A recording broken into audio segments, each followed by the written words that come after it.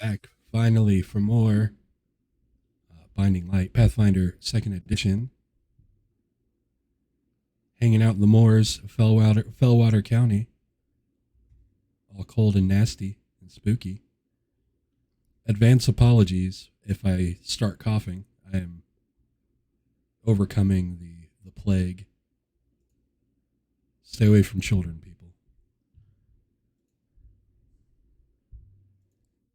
Like little petri dishes with legs. Huh. Really are. Okay, so let me get our crit counter going. Counter. Chat, you're going to have to let me know if anything's not coming through well or anything's erroring in some way. There is a bunch of updates in various programs on the computer. So obviously everything is absolutely fucked.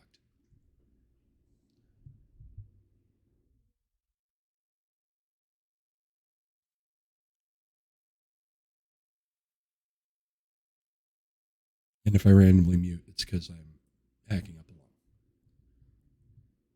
With that out of the way, let's play some Pathfinder.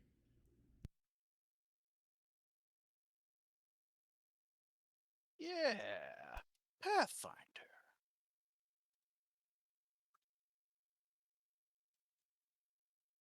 So the last session ended with us taking our camping spot. It was a critical role at the end of the game to have a good camping spot in the moors. And we had what I'm going to assume and be corrected if I'm wrong, an uneventful night's watch and sleep after we fought a bunch of ghouls just before we camped. Those things are nasty. They had the ghoul fever. Nobody likes the ghoul fever. No. It'll make you all litchy. I don't want to be litchy. Yeah, but think of the health benefits. We'll call them that. You'll stop having health. That's a benefit. No. So, fun little detail. Celia has bizarre dreams that she does not remember before waking. She just remembers a lot of colors and moths. Colors and moths. Yes. Okay. Little spoiler for you, you could expect to have increasingly bizarre dreams every time you make use of the Balefire mark. Cool. It's fine. Everything's fine. Everything's fine. I mean, Yeah. It's just dreams. if it's like an acid trip, I might enjoy that. Who knows? Yeah, you know, one of you, it's fine. We got people straight tripping on the Fade juice. We got somebody developing a bad case of dead hand. Same Fey juice person has the rot, I mean, it's fine. You know, if you're simultaneously got balefire blasting your brain when you sleep and you're slowly turning into an undead, I'm just winning. let them fight it out. Right? Yeah. Gotta get that tiger blood. Right? Winning! You took a test. Turns out you're 100% about to turn into undead. Yep. That lich. Yep, I'm that lich. That 100% that lich. Yep, got it. So, Peace. as I recall, your objective was to close in on a location on the moors that you suspect to be tied to an island that formerly existed. Am I remembering this correctly? We're hoping to find a lot of answers and stuff out here. things like some of the forging material might be out here.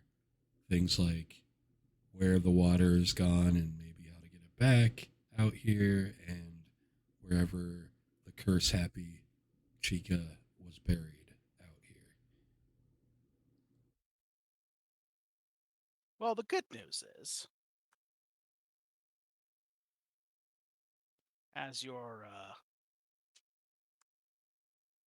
traveling across the moor, which is, in general a lovely place because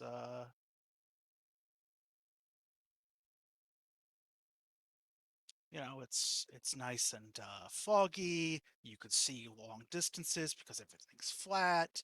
You come upon something interesting. You spot what looks to be a pile of stones, about 4.5 feet tall. And in what looks surprisingly like a straight line, not that far away, is another. As you're kind of looking around in the light of day, you realize that this line seems to stretch clear across the moors, almost like somebody set down a series of trail markers across a place where there are no trails.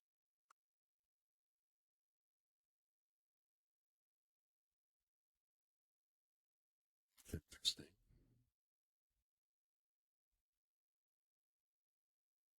The best part about this is the first and possibly only landmark you have seen out here.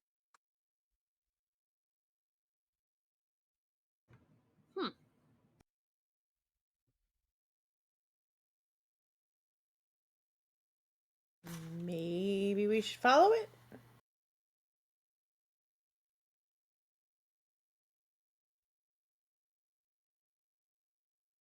And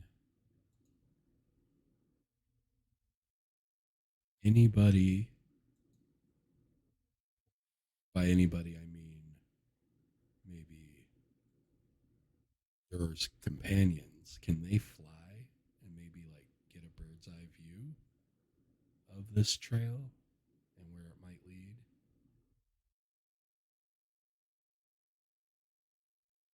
Thing to it. You're breaking up a little bit, but I think I got the gist of what you're saying. I hope somebody did, because I was just waiting for an indication that he had stopped speaking to point out that I barely heard any of that. Yeah. Definitely just interrupt me if you're not understanding me so I don't go through a whole long thing. Okay. I said, does anybody, like any of your companions perhaps, are they able to fly and get a bird's eye view and maybe see where these trails might lead to before committing to it? I will hold up Biscuit and say, "You know what to do," and let him and let him take flight. I say, are you just gonna like lightly toss him in the air? Yes, Did you actually teach him to fly today? yes. Oh, Okay. good. I will do the same for Sir Lemon of Tarts, but he will fall back to the ground. Oh no! You get like the ferret equivalent of, dude, seriously? Yeah. Like, it's just the look you get from the ferret. Dude, seriously? Sorry. Biscuit announces excitedly, "I ascend!" Yay! Flapping his little cat wings. Cat bat. You have to bat. imagine, like, have you ever picked up a cat underneath their arms and just like let their like legs dangle? Yes. That's kind of how Biscuit flies. Yay! When going upwards, because his wings are like on his shoulders. So it just kind of like lifts the entire cat airborne. That's amazing. He's so graceful. Hover above, turning this way and that for a minute, and then swoop back down and land cat style on the ground. Take a moment to groom thoroughly before answering any questions. Yes, of course. He needs time to prepare. To the south, grass. Excellent. To the north, also grass. Very great work. But to the northwest, I saw more of those markers. And also, I saw some kind of stone circle on the ground.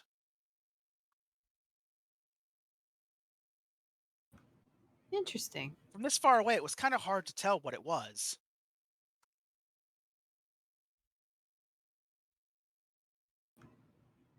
Okay. You did such a great job. You give him treats. Of course, how could I do any other kind of job? I am great. You are correct. And I will disseminate that information. Because I'm not sure if everybody can understand him or not. That's a good It question. depends on whether or not you gave him the ability to speak aloud or communicate only telepathically. Ooh, let me check. Because you get to pick those powers every day. Oh no, he's just got flyer and dark vision. He should have more abilities than that. You're a witch. Huh. It only gave me the 2. Let me have 2 effects right now. Well, I'll Oh have wait, to- total number. Oh. Yeah, it should have. Witches have unusually useful familiars. It's like a perk Their of the shtick. class. Right. Sir, You know, it does say he gets 3 abilities. It just didn't give me an option to add another one. That's pretty rude. me too. Yeah. And he can fly, so Sir Lemon of Tarts fell, but that's my fault, not his. So, you should start with, as a witch, you should start with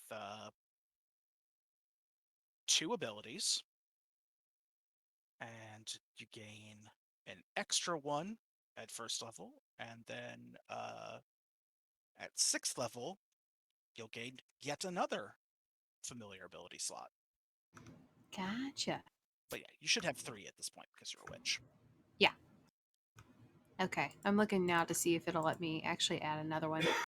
Yeah, I'll give him the ability to talk to people. I only read it again recently, but I think the way I read the elemental familiar ability for elementalists, they also have an extra familiar ability slot, but it's like specialized. Like it has to be one of the specific ones. Let's see. Yes, you get 1 additional familiar ability, which has to be one of the elemental abilities, and that sets what kind of elemental your familiar is for the day.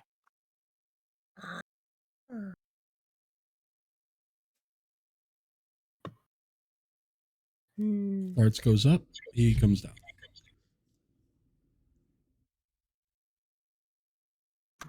Biscuit now has speech. Biscuit can chatter with other people. You say chatter, you mean talk shit at into. You know, Right? Biscuit. Oh no. No, we should be friends. Biscuit also just Oh, has no. like, a lot of like good ideas, the best ideas, really, Mhm. and you would be wise to take his ideas on board. He doesn't expect you to have the ability to act on all of them. You have to, Because you know, we're limited 2 layers. yeah, you have to like work within the limitations of your inferior 2-legged design, but he does expect you to at least on board his exceptionally good ideas. Not all of which revolve around food, but a large number of them. Understandably so. How do you feel about eggs? He likes them without the shell. Hmm. All right. because yeah, the shell's just not much fun to eat. But if you put egg in a bowl, he will partake of egg in Good. a bowl. Good. Like I should name my next goblin character Egg on a Bowl. Sounds like a surname to me. Yeah. So Yeah, I'm thinking first name Lapley. nice. This ring has caught my attention. That might be a good place to start. What do you guys think? Yeah. Yeah.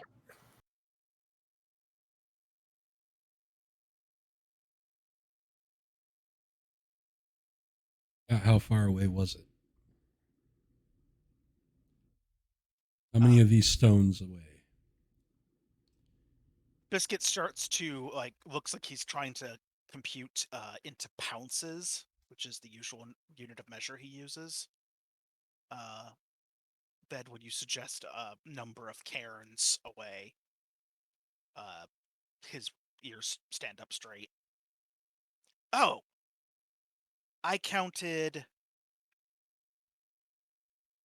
10. 10 And stones. what's the distance between this cairn and the next? So far, the ones that you have seen are actually only about 15 feet away. You feel like you should be able to see whatever ring of stones this is from where you are, but as you're kind of casting around, you realize, oh, there might be a sort of bowl or depression in the moor in that direction. Elevation change. That has to be it. Should only be Yeah. about 150 feet that way. So yeah, if I we did can- my little play too. If we can't see it, then yeah, there's got to be an elevation change or a magical barrier. I hope it's a elevation change. Shall we? Or both. Could be both. Or both. That's true. Again, I'm hoping for that elevation change.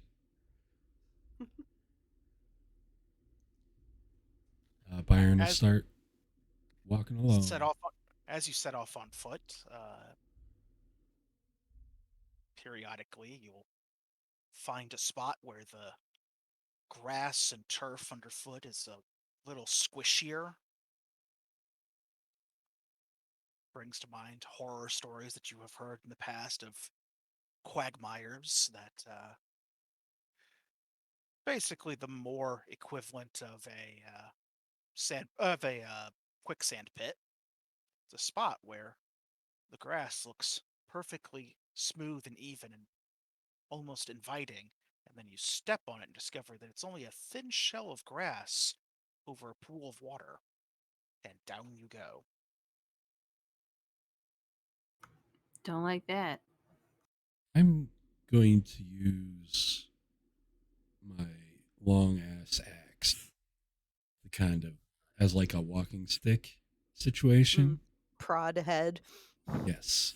Mm-hmm. Smirk. Mm-hmm. You do find, as you are nearing this depression, a single spot.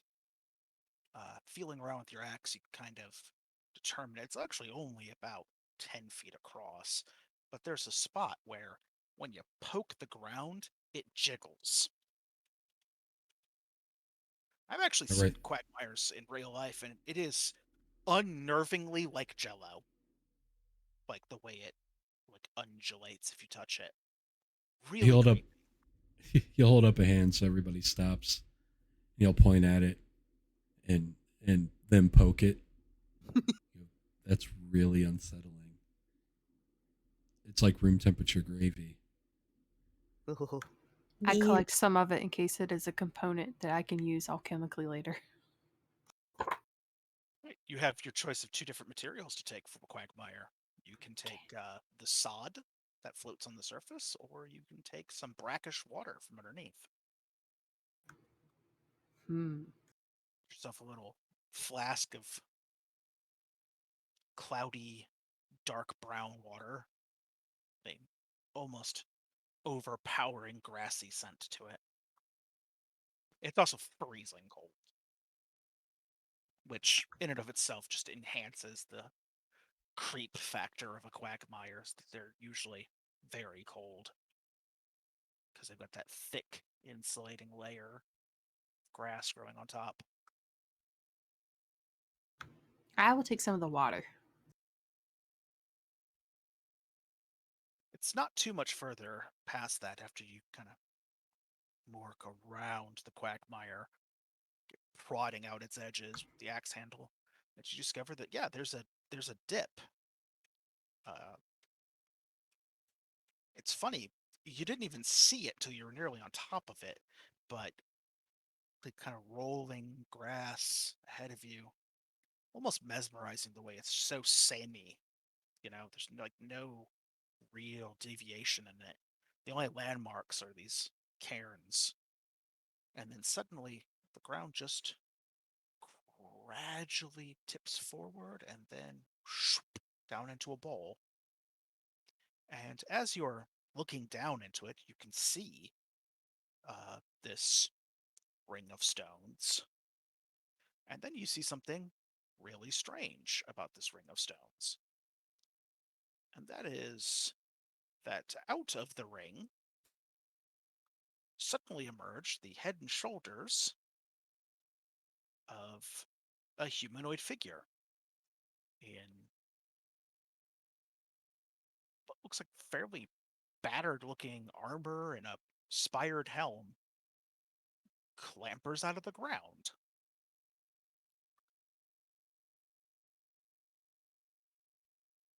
And if you'd Not a like to Ring try, of Stone expert, however. This seems odd.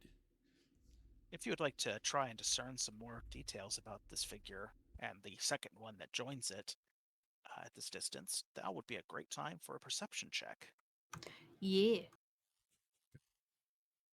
Capital idea. Dude. 20. Nice. Oh. I was like, why am my perception working? I There we couldn't figure go. it out either. I kept clicking on initiative. I'm like, what? All right. Well, I can tell you right now that Byron and Adamiri pick out a very interesting detail, which the others to a lesser degree pick up on. And you kind of get the impression the others kind of get the impression that maybe these two figures are extremely pale about the face. However, it is Byron and Adamiri who catch a kind of glint there and realize that it's not that they're pale; it's that you are looking at naked bone. Skelly Ah. boys.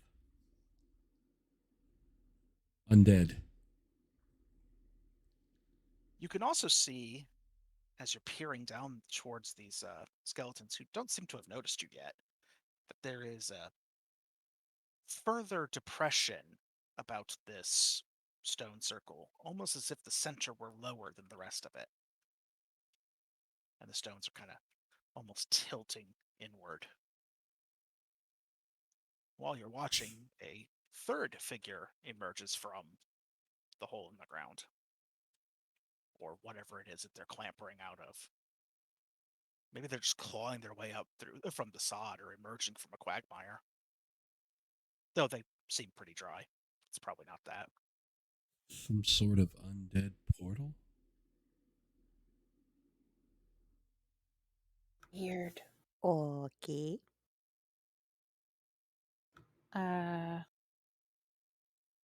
Would detect magic allow me to sense the proximity? Like if a portal was in proximity? If you got within 30 feet of it. Ugh.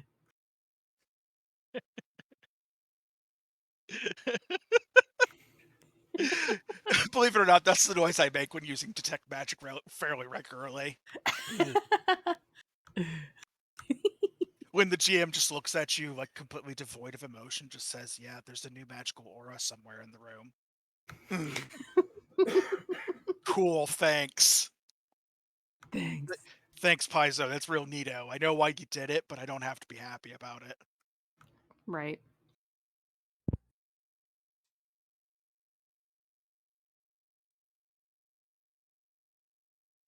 You know, I've been looking at a map and trying for the last however long to figure out why mysterious. If I hit the Alt key, the left Alt, which is my push to talk button, this tiny dot appears on the map labeled 10 feet. I'm like, did I draw like a template on there? Is it like a weird glitch? No, it's the range of Byron's aura. Yeah. It's always there. If you hover over Byron, it just doesn't have like a color or anything. If it's not active, I assume. Man, this seriously, this phantom dot just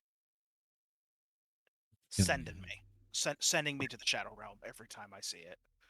For like the last 10 minutes. What the fuck is this dot? Fucking messing with all the tools on the side, trying to figure out what's causing it.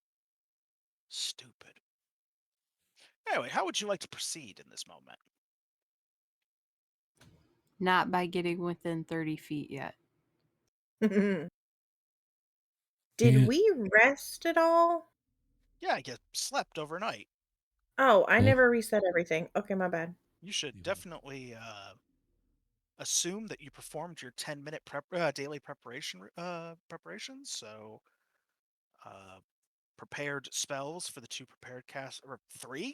prepared casters in the party.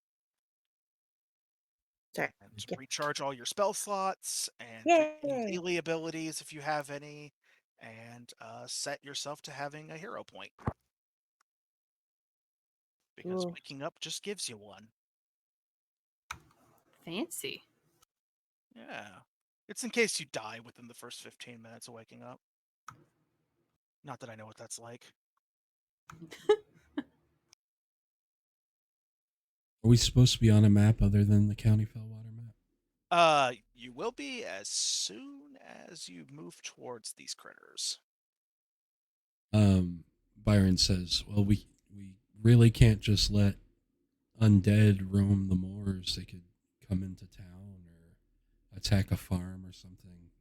We're going to have to deal with this, I think. Yeah, we need to take care of this quick.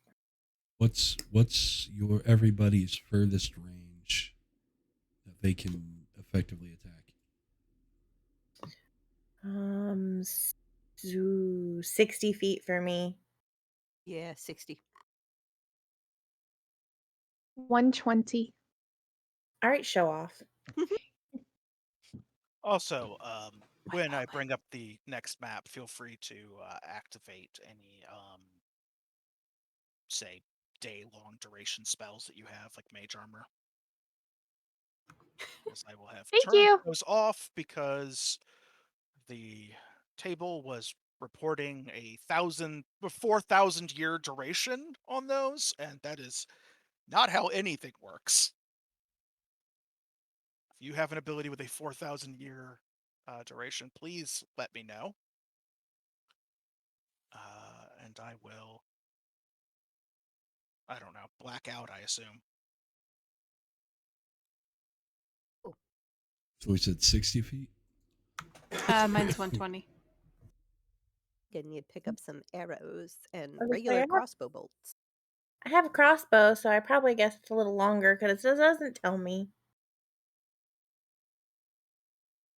All right. We'll go to 60 feet. I'll move forward another 30 feet. And then Alright, you so guys I'm will gonna- start unleashing. Go ahead and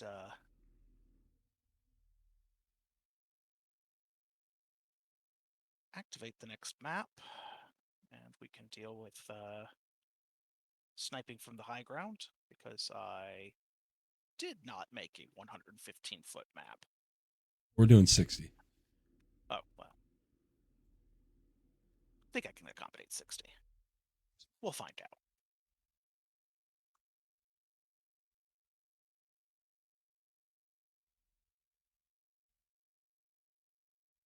Now, who's got the high ground, Obi-Wan?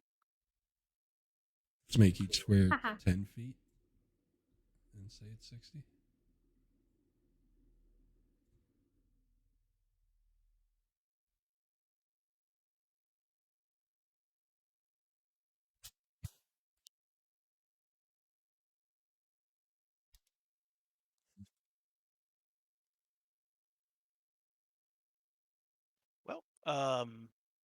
From the corner of the map all the way to skeletal soldier number 1 is in fact 60 feet. So, I don't know.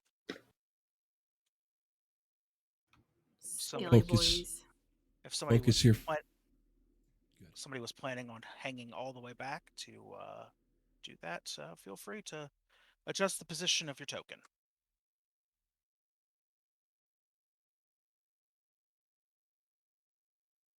You guys can actually move your tokens around into whatever battle formation you wanted to have coming down the hill. So is each block 10 feet? 5. Oh, it is 5. Okay. It is 5, and Pathfinder 2nd Ed does not count diagonals in any way that you could call weird. Good. Technically, it doesn't math, but Eh, never let that stop me before. exactly. If they want it to be perfectly mathematical and stuff with range and movement with diagonals, they could just have the game be played on a hex. Mhm. Let's focus our fire. Burn them down one at a time. Be efficient. Mhm. Right. If people want Okay, sir. to activate their combat mode of their token.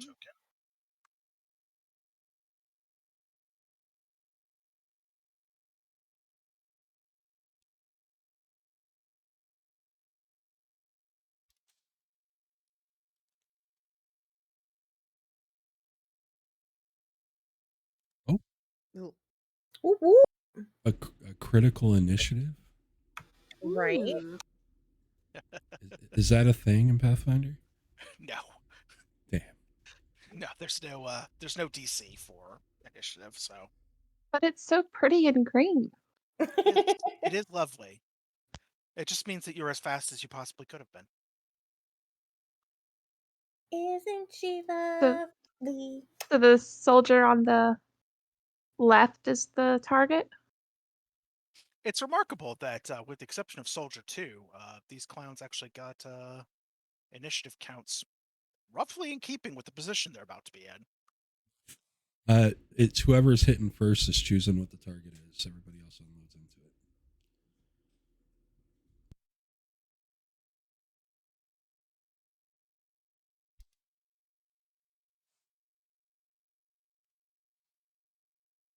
Okay.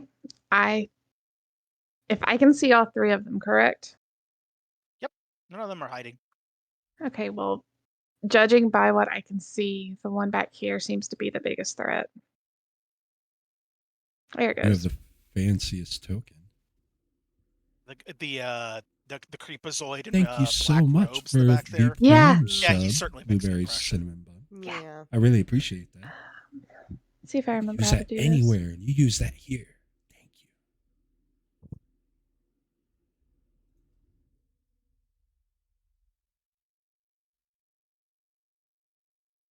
I am going to try my Love favorite the Prime sub.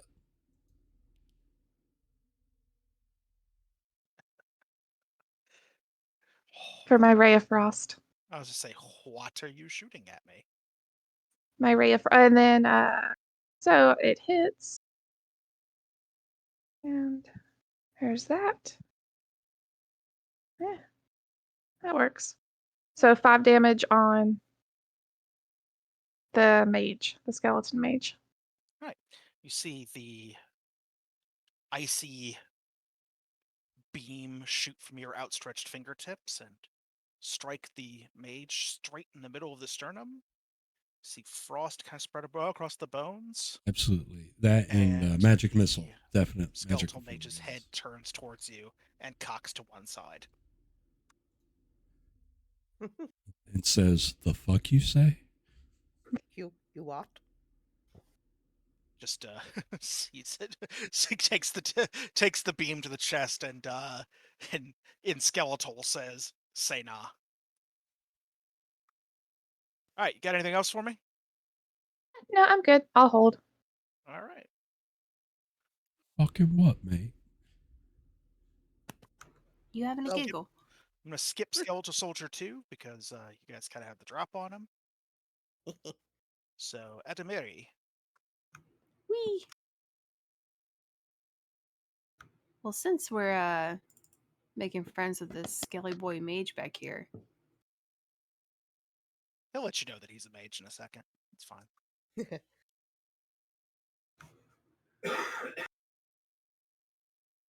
I would like to magic missile. Wait, that was the wrong one. Whoops. That's a magic weapon. Try again. It said magic. I Oh, clicked. typical caster behavior. You saw magic and got excited. Started clicking things. Yes. Yes. Thank you, magic. All right. So I assume Skeletal Mage is the one that's about to eat a bunch of homing missiles to the face. Yes.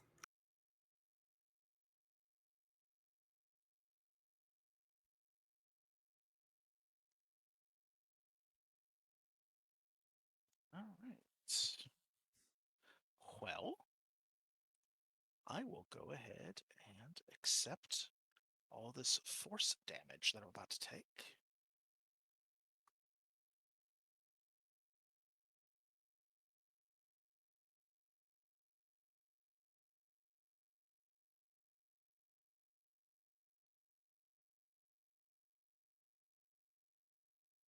All right, those seem to hit with some authoritative smacks. Wee. See little bits of bone being flaked off. His robe gets a hole blown in it. If he experienced emotions at all, he'd be super pissed. I would be too. New robe. Right? Gets a hole blown in it. Bullshit. He's just got that wizard drip, and you just blew a bunch of holes in it. Asshole. Dang. Erix. Got some short bow. We'll just shoot some arrows. Oh no! Is that a miss? It sure is. It's a Oh, missed by one. by One team misses? Shit. Oh. You see the arrow actually pass through his abdomen, or Went where through one of the force hole. his abdomen, or rather where his abdomen would be if he still had one, goes right past the spine on the other side, blows another hole through the cape in the back. It's just sort of tangled in the robe. Disrespecting his threads. Absolutely. We'll try it again. The disrespect. It's still a miss.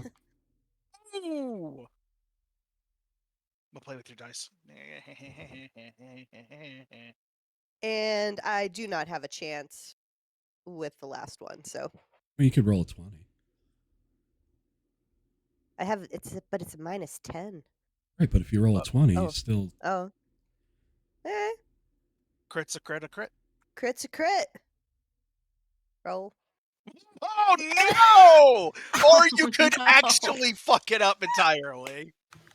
Oh. Here I was. It rolled Not there too and rolled back. The last shot goes like zipping past. It looks like the skeletal mage jerks his head to one side with the impact, and then slowly turns back. It's sort of a creaking noise, and he has the arrow in his teeth and just spits it out. Just like Rude. doesn't really spit because Yeah. that's not something he's equipped to do, but he just sort of lets his jawbone hang open, and it falls out, clatters to the ground, lands on the stones in front of him. He's good. Dang. Fine, brag about it. I fucking will. Gonna get stunted on by a skeletal mage. Man. Celia. You fucking would. Come on, come on. Oh no! Yes! Damage. Wee. Oh boy. All right. The best part about this is that I have to do math. See what actually does damage. Yeah. I'm guessing the cold don't do shit. Cold won't do shit, and unfortunately, he's also resistant to piercing. That positive though. Positive energy, on the other hand, he is definitely not fucking resisting that. So three of it was positive, and 10 of it was piercing. Okay, so 8 and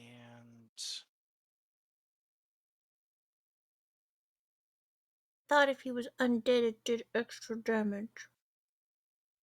It's fine. I think is that on a crit that it will, or is it just anything? very possibly. Let's see.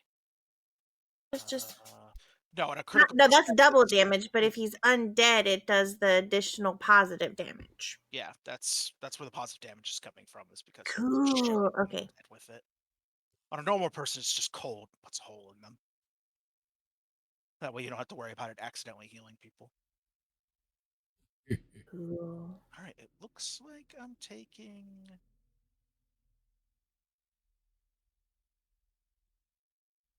All right, so it's a D6 of, or no, 2d6 worth of piercing. Okay, so that's 10.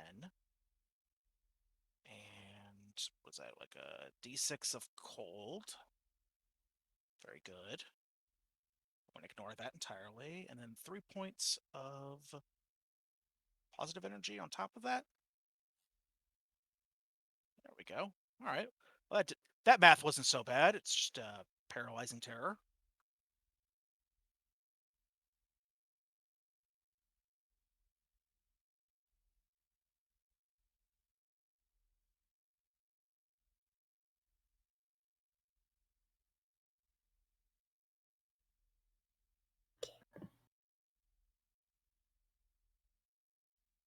All right. So that's all of my turn.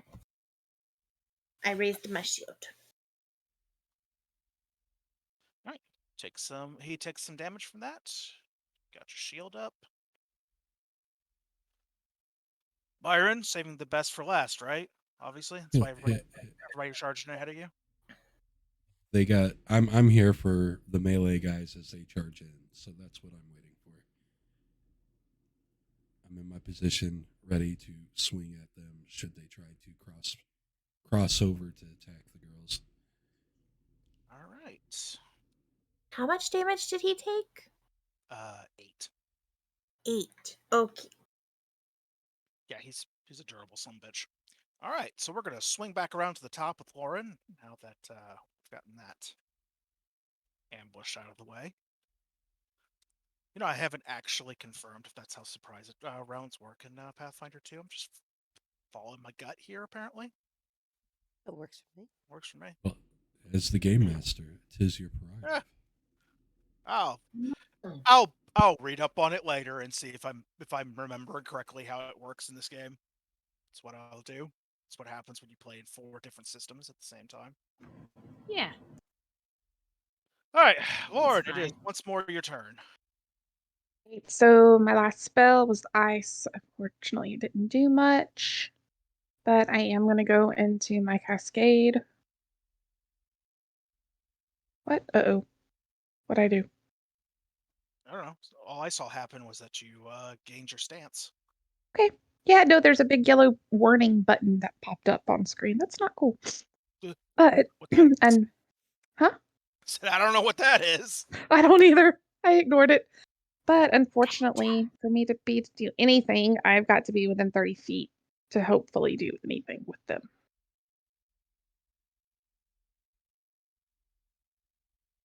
No, I don't. Maybe not. No, I don't. Okay.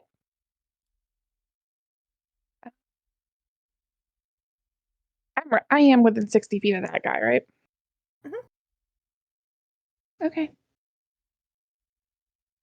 So, still going with a mage in the back.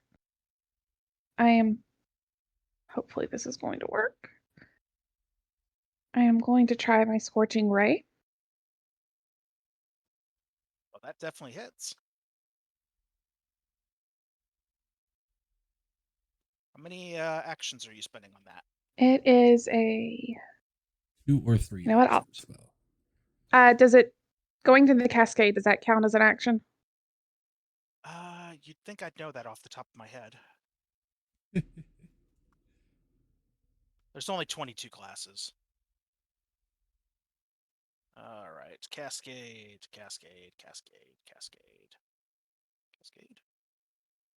Where's cascade? Arcane. Okay, arcane cascade. Assuming the stance is a single action. I will do 2. So a 2 action. All right. I believe there's a 2 action damage Oh, button. I think that's right. It says 2, so is that correct?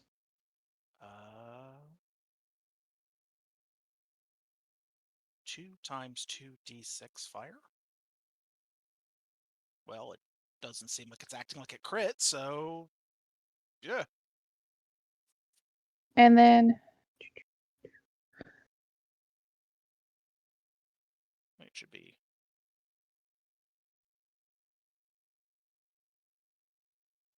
Yeah. Yeah, okay. that's it.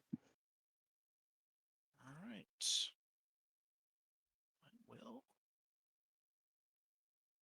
And because I cast another spell, I can hold on to the cascade, correct?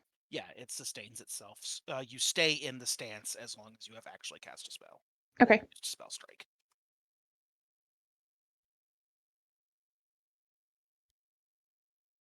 All right, that's what I got. All right. Mr. Skeletal. He has the dreaded blade on a stick. Deep fried.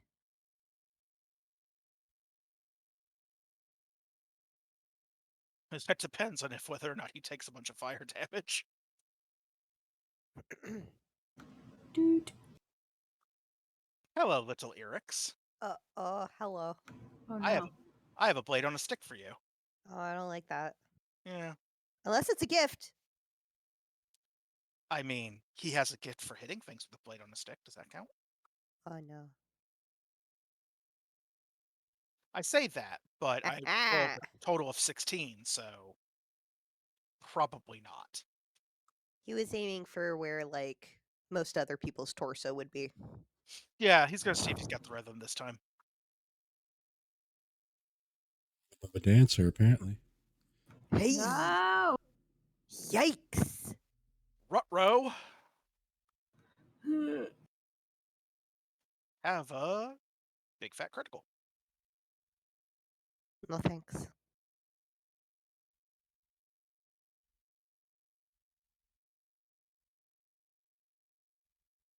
You may have 11 points of damage. That will conclude my turn. At the Miri. I would like to make a move of here Heck. and then for real hit this. Yes.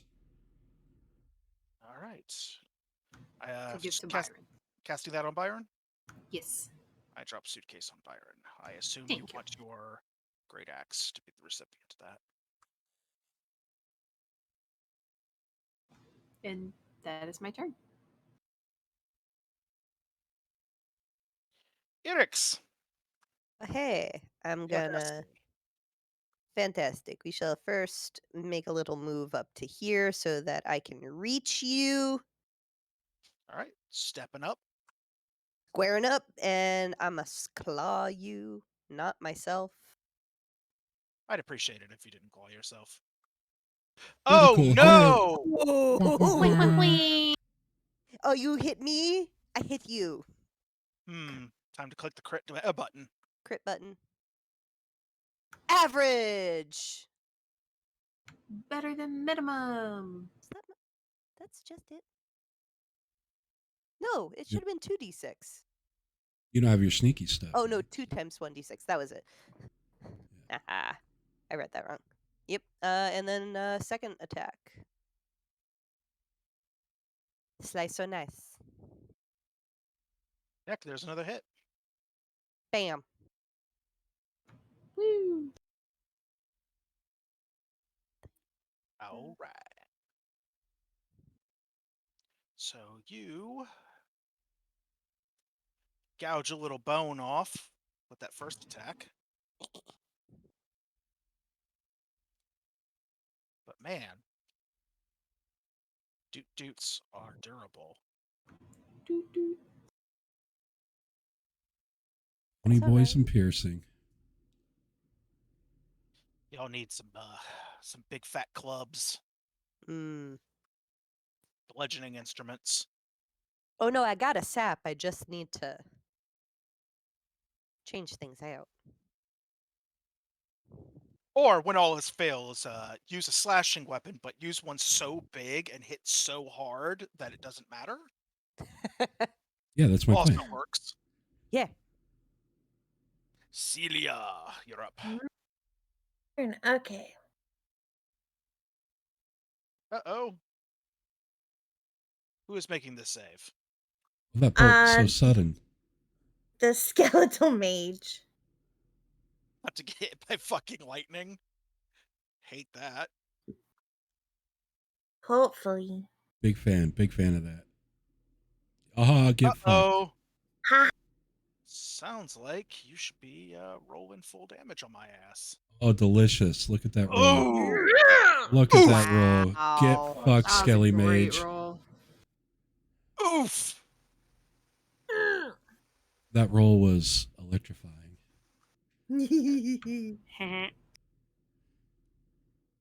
Wish you wouldn't. What health do you have, jackass? Alright. And then I put my shield back up.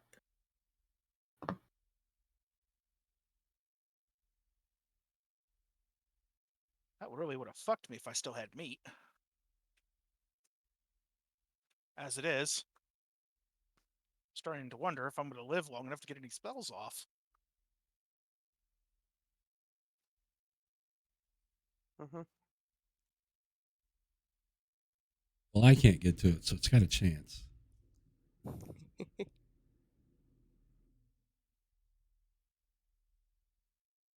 So I will expire your previous race's shield and give you a new one. Oh, thank you. I'll keep this guy from hitting the squishies in the back I mean, He's right until here. it's clattered for in front of you. uh-oh. I would like to clap some skelly cheeks. As it turns out, he has no cheeks with which to clap.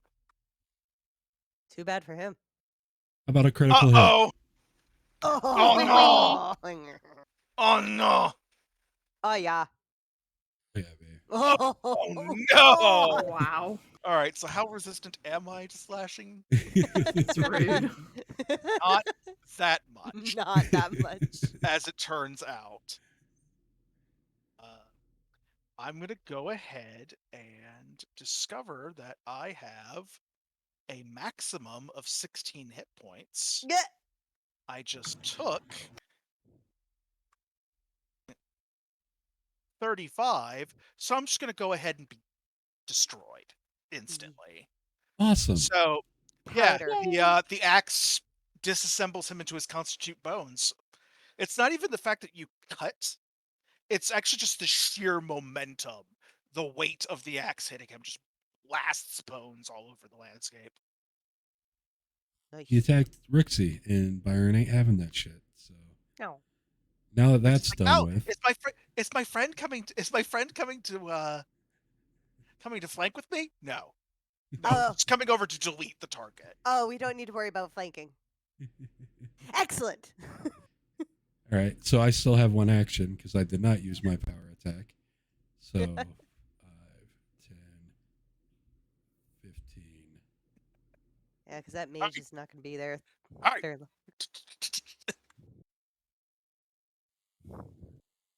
You looking at my kobold? Yep. All right, I'm done. God, I hope so. It's skeletal mage time. Skeletal mage time. Boop, boop, doop, boop, boop.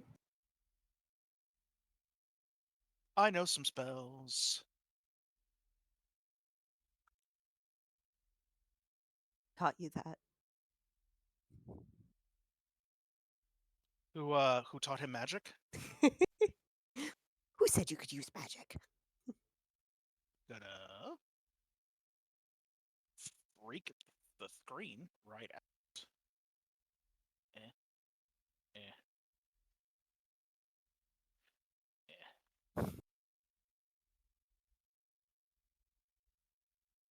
Yeah, this looks like my best angle.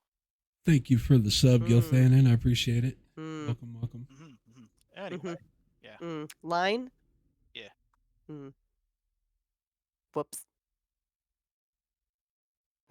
No. And you can have a lightning bolt. Oh.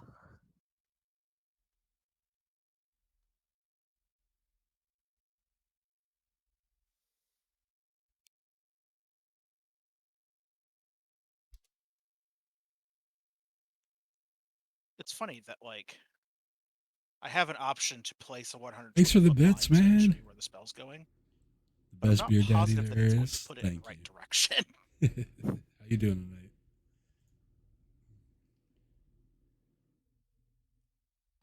It So- pops up a template where I think you can rotate it. Yeah, you should be able to rotate with your middle mouse scroll, and you'll want it to start with your token, and then the end will be the opposite. All right. As it turns out, trying to use the mouse wheel to scroll it just causes my map to zoom in and out. So that's weird. Might be a hotkey situation.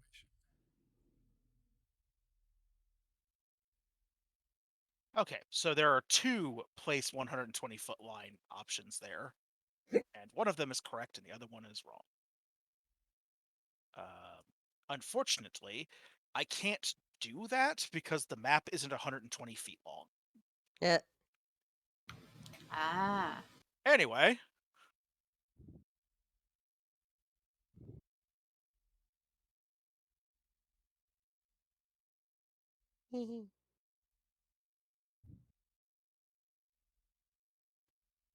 I'm going to go ahead and highlight my 3 targets.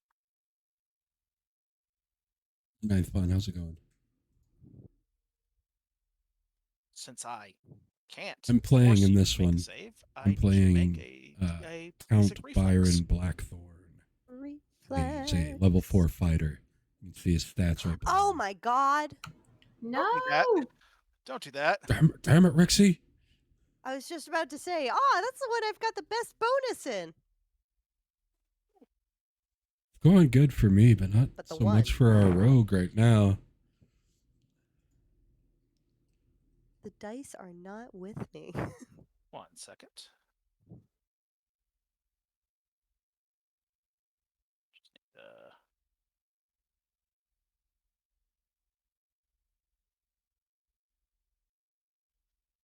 make sure that I read something correctly.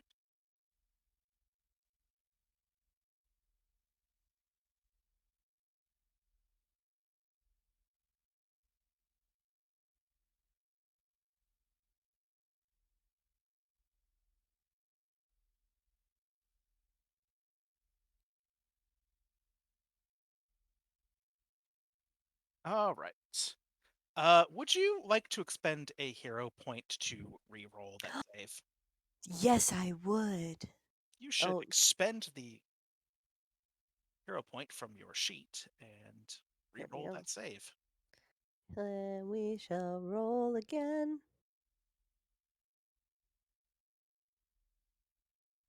Oh, look Not at a- that! It's not failure. Is it? Not a crit It's fail. not a critical fail. That's the Yeah. important part. Yeah. You didn't get critical failed. You didn't take double damage from the lightning bolt. God, I would have just Big oof. been Yeah, that would have been toast. toast. Toast. You would have had to spend all the hero points anyway just to keep from dying. Yeah, yeah. All right. Yeah. I still need saves from Celia and from Sir Lemon. Oh, I didn't. Well, Okay. I didn't know we were in the cone. It's not a code, it's a line. Oh, it shows up on as a circle. Okay. Yeah, I don't know what the hell that circle is. That's not the range of a lightning bolt. All right. So reflex save. Okay. I feel like that's a self-answering question. And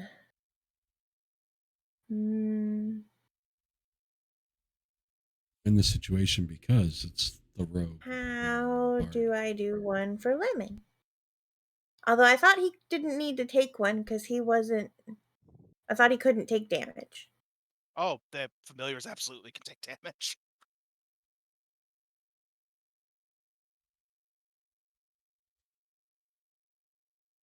Something don't about see what- damage, I thought. Yeah, that's what I thought. There was something about damage from last game. Oh, reflex. I don't know if it's rolling or not. Maybe it's because I can't perma-die. Maybe that's what. Yeah, I mean they could be resummoned. Maybe Hey, that's nephew, But yeah, how's it going? they have hit points and they have saves. okay. I can't do anything with him. Oh, It won't let me move him. It won't let me roll for him. It won't let me do anything. why do you not have control of him? That's very strange. That you do not have control of him.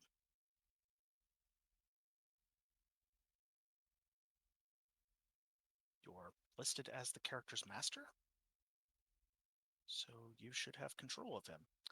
You don't, and that's weird. But Roll it for her. I'm just gonna roll it for you. Once I figure out where right, top. That's not great. Relaxing good.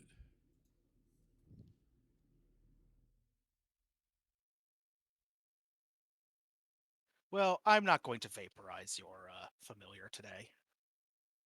I've just decided that I'm not going to. Well, thank In you. part because your sheet is acting weird. So I'm going to click the damage button. And now. Yeah, I was trying to give him the ability to swim instead of fly. It wouldn't let me.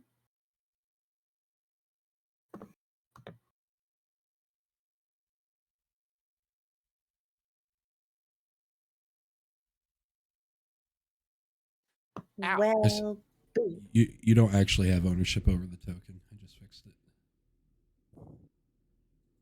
Oh, well, what's that? Yay! Okay, I was trying to put him up there like that to start with. Woohoo! Ta-da!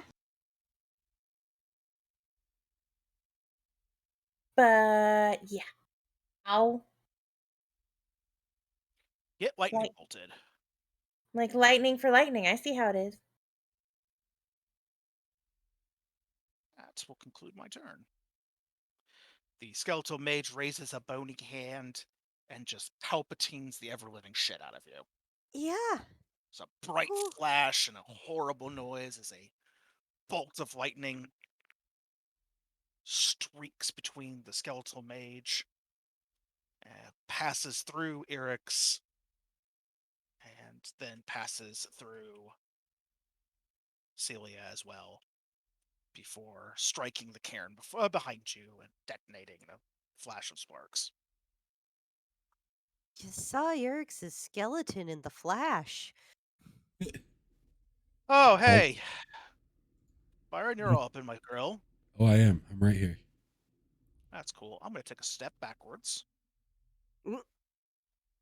Because as cool as it is to claw you, because that has been weirdly effective in the past, I am instead going to make use of my reach and force you to waste actions chasing after me. Not actually a fun gameplay loop, by the way. It's a tactical component of the game. I get it. You It's a have a critique of polearm. the game. Yeah, It's how pole arms work. No reason for me to stand on top of you. The being able to move and then attack without provoking is the beef I have. But it's all good. 16 misses. 5-foot adjusts have been around for a very long time. I didn't like them then either. It's love like how spells used to work. I didn't like those either. That is a critical hit. You. Go ahead and give you the bop.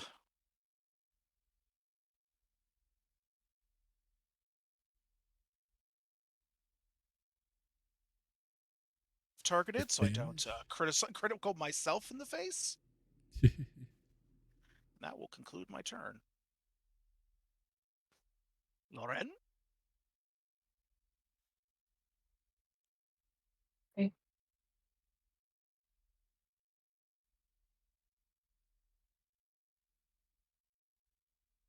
All right, so I'm going to move to there because I've got to get in range to do things. I think. Can What? this gigantic circle thing that is around the skeletal mage go away? I can't make it. I cannot get it to go away.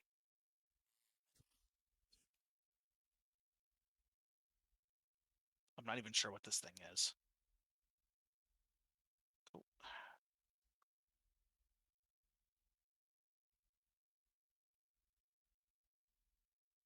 Or It's probably not the smartest. Fix it. What's that? I'm talking to myself. Oh my All right, God, so I'm going to be. created more of them. They're just appearing everywhere. What the hell is happening? I am going to. Well, since apparently he likes electricity, we're going to try this. So the electric arc.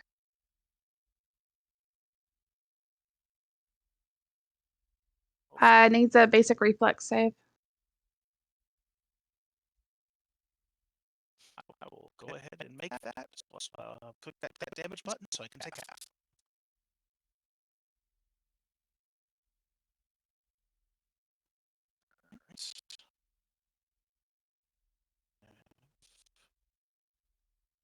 Okay. Do a movement. That's what I got. Electricity arcs around the bones, makes them glow from the inside, but the skeletal mage does not seem unduly bothered by it. Skeletal Soldier 2 is unbelievably dead. Aw. He is dead for the second time. Atamiri! I would like to shoot Mr. Skeletal that likes to throw lightning again. Am I about to have a life-ruining experience? I don't know. I'm watching the little dots accrue as like more and more members of the party target this mage. But I do got another one of these.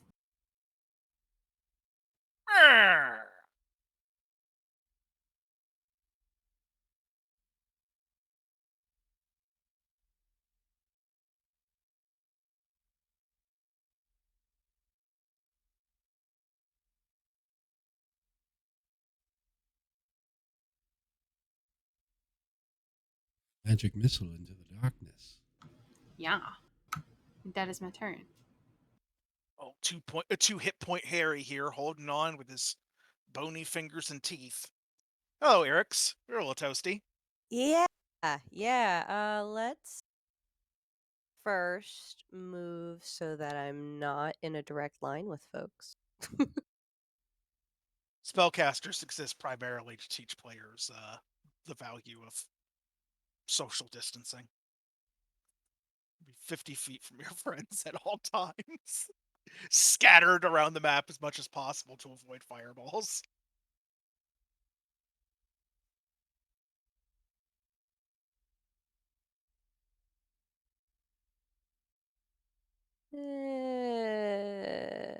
Nothing super.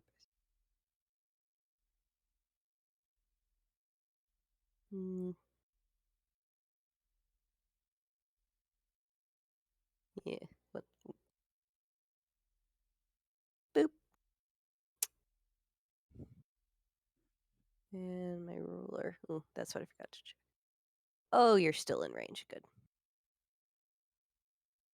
Twang. And don't got much in the way of range, so we're gonna keep trying.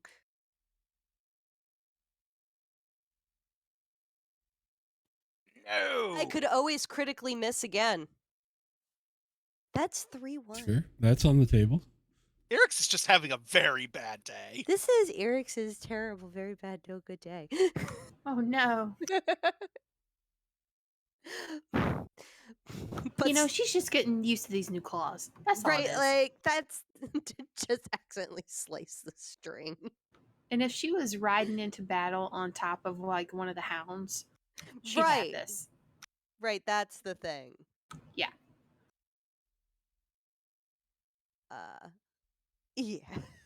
I think I'll end my turn. Oh no, well, I got one more. Well, I do. Roll another one. Yeah. What's the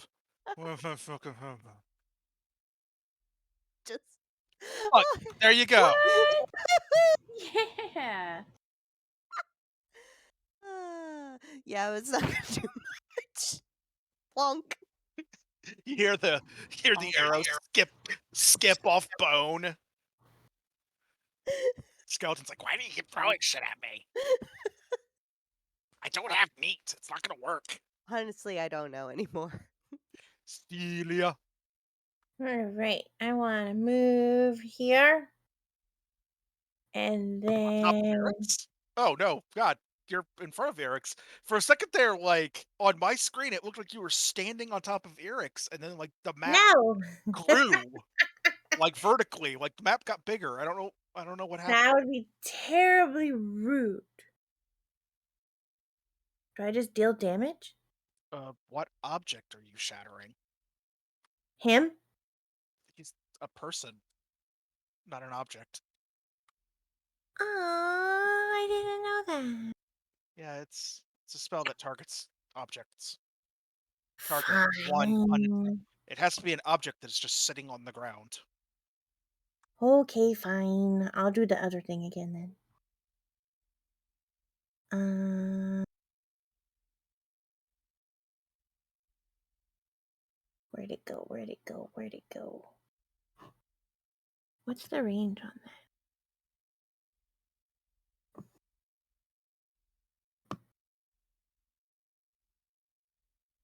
$63. Okay, so that's still fine.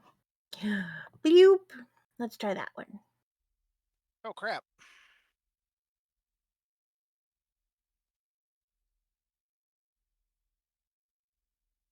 All right. I'm gonna get hit with that. I'm gonna take some acid damage. Hopefully you're not immune to that. You know what? I'm not resistant to acid. And So I'll go ahead and melt. okay. Why did it just say takes two? Oh, he is dead, right? I can't tell because there's a Yes. blast template sitting on top of him.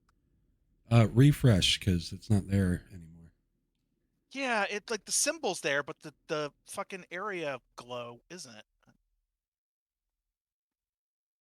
Haunted by this phantom fucking. Whoa, my map just zoomed in a whole bunch. All right, now he's super dead. You melted him. Melted his face off. Ha ha! Bubble, bubble, hiss, hiss, crack, crack. Falls to the ground.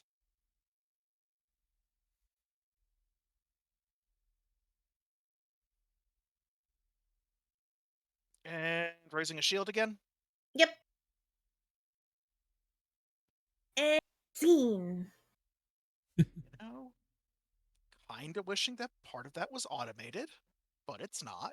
I have to keep picking up the briefcase and dropping it on you. Iron steps forward, determined. Critically hitting with his axe. Oh my god, why? Why is it just my fate in every battle to just get the shit clobbered out of me? With criticals.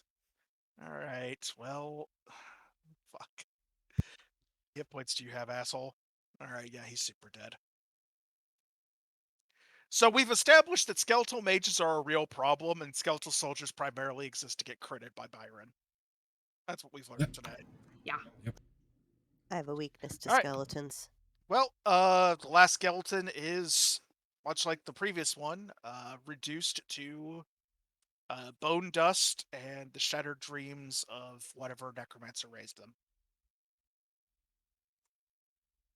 Just going through thousands of gold pieces and materials for create undead. Fucked.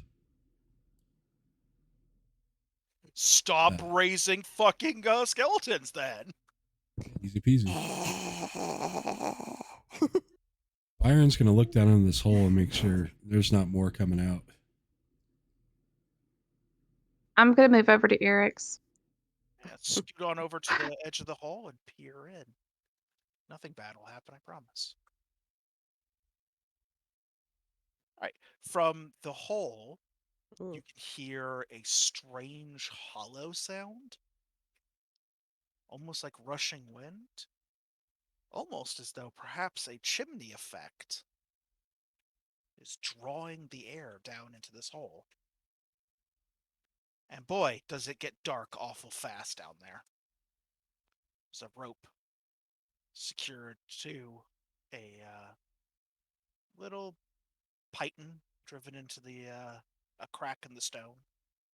The rope trails off into the darkness and disappears. Nice little. Oh, Oh, great. Um, Python? Piton? Oh. I don't know. I always Spike. just say piton bit, but I don't know if that's right. It's just funny. Feels right. Yeah. I mean, if it feels good, how could it be wrong? Yeah. That's how that works. You want me to light it up down there? Sure. I'm gonna send some dancing lights up to 120 feet down. And traveling down, the lights spiral down into the dark, past the bricks, and then at the bottom, almost a full 120 feet, it's 100 feet down, you can see them illuminating some kind of chamber below. You can actually see what looks like a stone floor down there. A paved stone floor. Huh.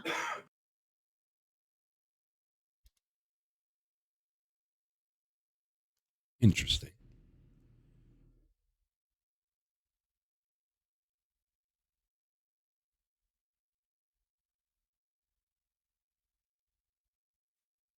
Also, while you're looking down there, you can smell something. That is, or is not nose friendly. What you are smelling is, imagine the smell of a basement with a damp problem, Will do. but it's the middle of winter. Oh. Yeah. Cold, wet, musty smell.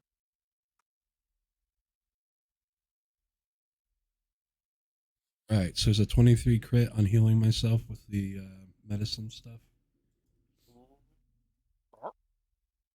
Think I'd have this Just shy. memorized by Probably now. just shy. I think it's just shy. I believe it is just short of a crit. So how much healing is that? What's your level of proficiency? Trained. With You're the trained?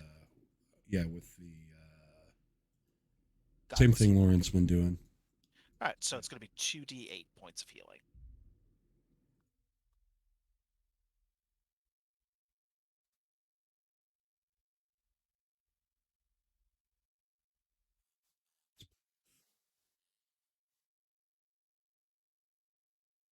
So while he's doing that, I'm gonna kneel down in front of Eric's. Please let me know when you get hurt. I am so sorry. And I've got battle medicine for her as well. All right. What's the bonus from your godless healing? +5. +5. So fast. Go.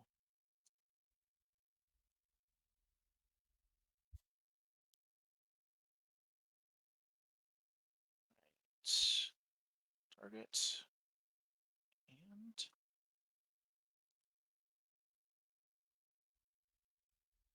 I will be right back.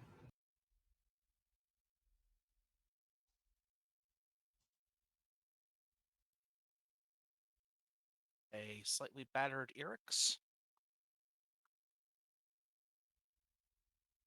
Yeah, I'm trying to find my bonus.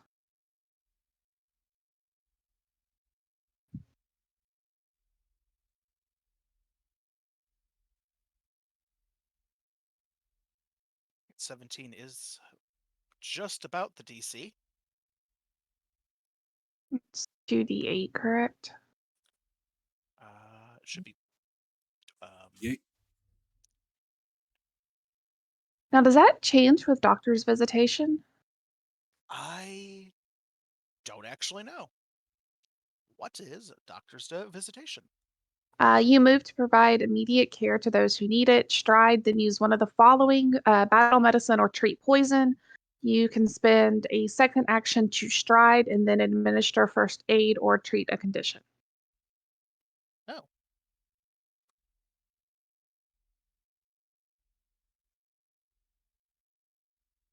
I think that just helps your action economy in a Yeah, fight. that just helps you move around and heal Cool. Okay. while using fewer actions. So 12 back for Eric's. And Celia, you got hit as well, right? Yeah, and I'm trying to use the stupid wand of healing on myself again, and it won't let me. What is with this fucking wand? I don't know. It's really just working my nerves. Maybe I need to give it to Adamiri. I don't know. All right. The wand casts the spell heal. Yes. Which is 1d8 hit point. Yes.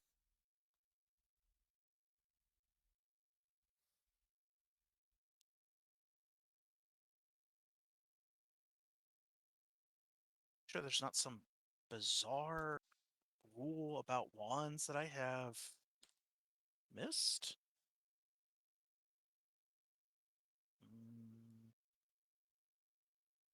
No.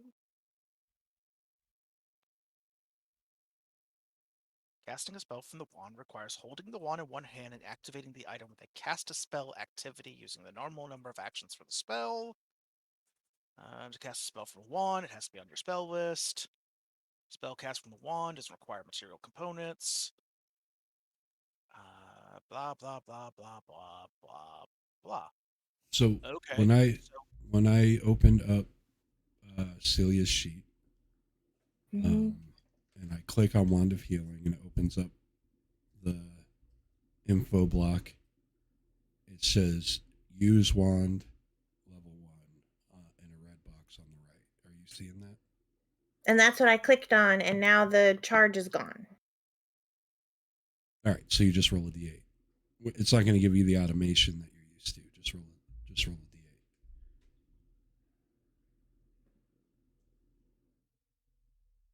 Wow.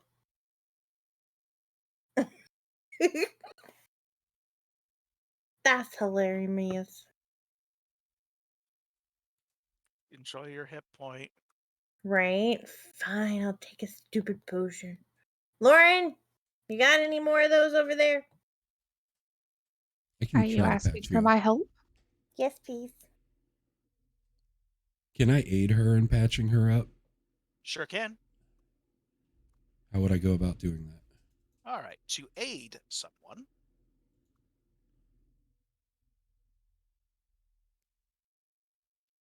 aid is a reaction in case you ever want to do it in battle. An ally is about to use an action that requires a skill check or attack roll. We're going to assume that you prepared to help because you're not in combat.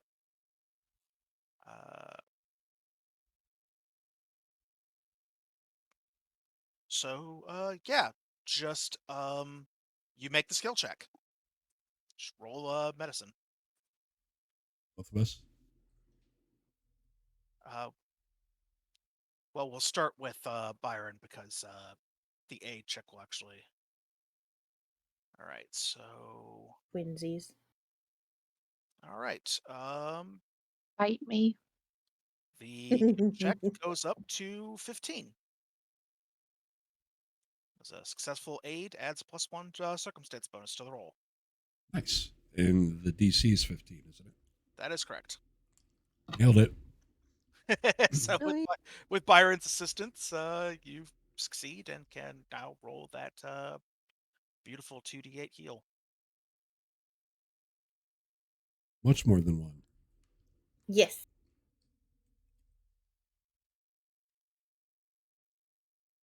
Did the skeleton mage have anything on them? Let's find out. See, Lauren, I've been paying attention. Got anything on you, jerk? You'll learn. Stitch me up enough. I'm bound to learn something. Not getting hit. That's still going to happen.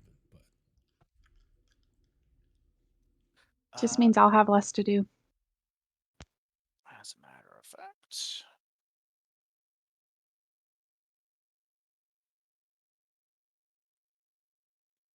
We should have some cash on him. Did I Natural not set healers. you as lootable? Home slice. healers can be fun.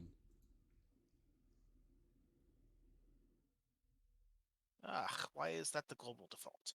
All right, he's lootable now. You can run his pockets. Okay.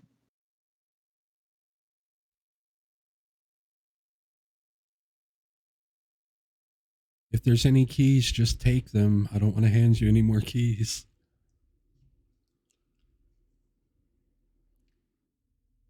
I don't know if I want any more keys.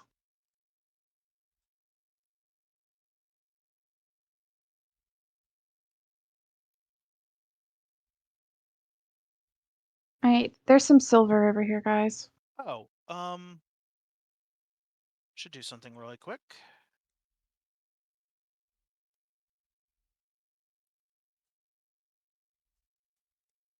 Going to increase the amount of hit points that Celia has to 38, since there is no reason for you not to have used a 2-action heal spell instead of a 1-action heal spell. Since casting a spell from a wand is like casting a spell. There you go. Ta-da! And when you cast heal as a 2-action activity, the amount of healing goes up by 8.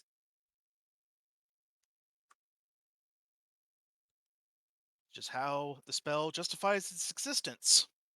Because healing somebody for 1 because you got a shit roll sucks grapes. And nobody Yep. likes it.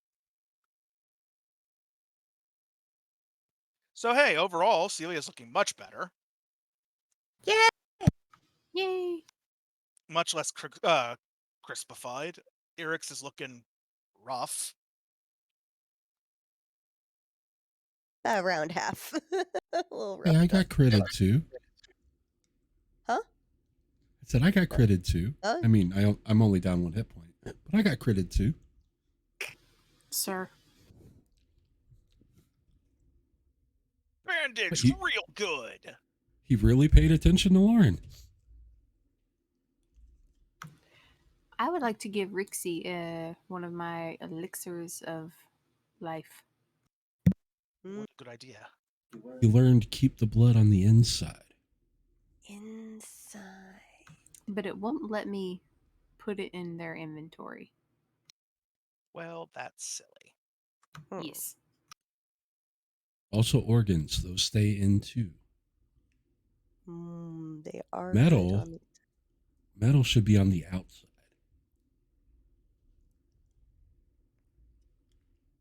Are you sure about that? 76% sure.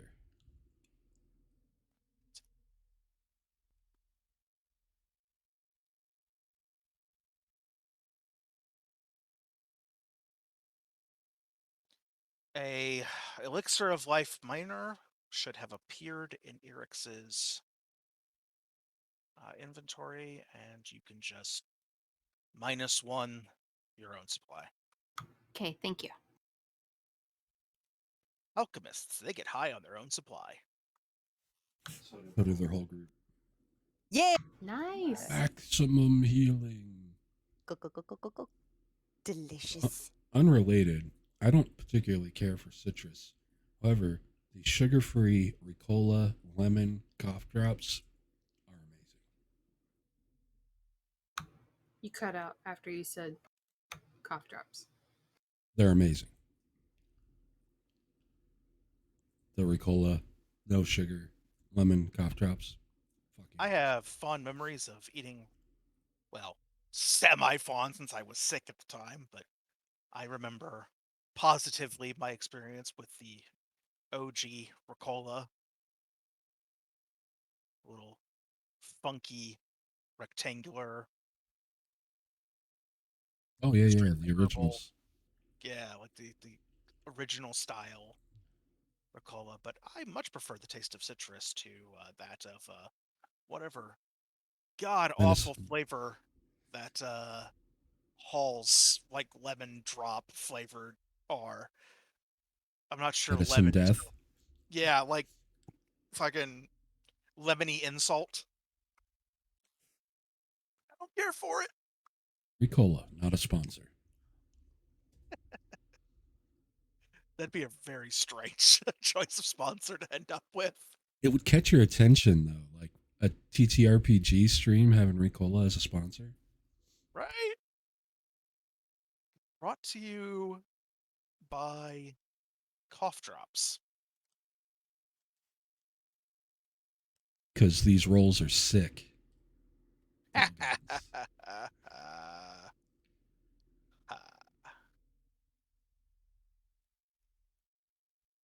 All right, everybody patched up.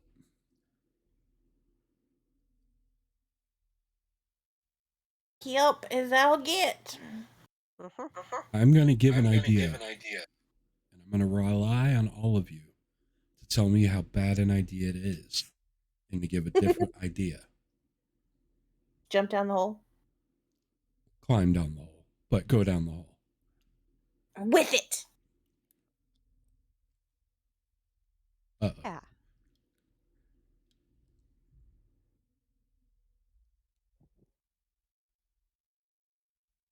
Yeah. All right. Anyone else? I just see all of us looking at Lauren. I'm not going first. Biscuit, what do you think of the plan?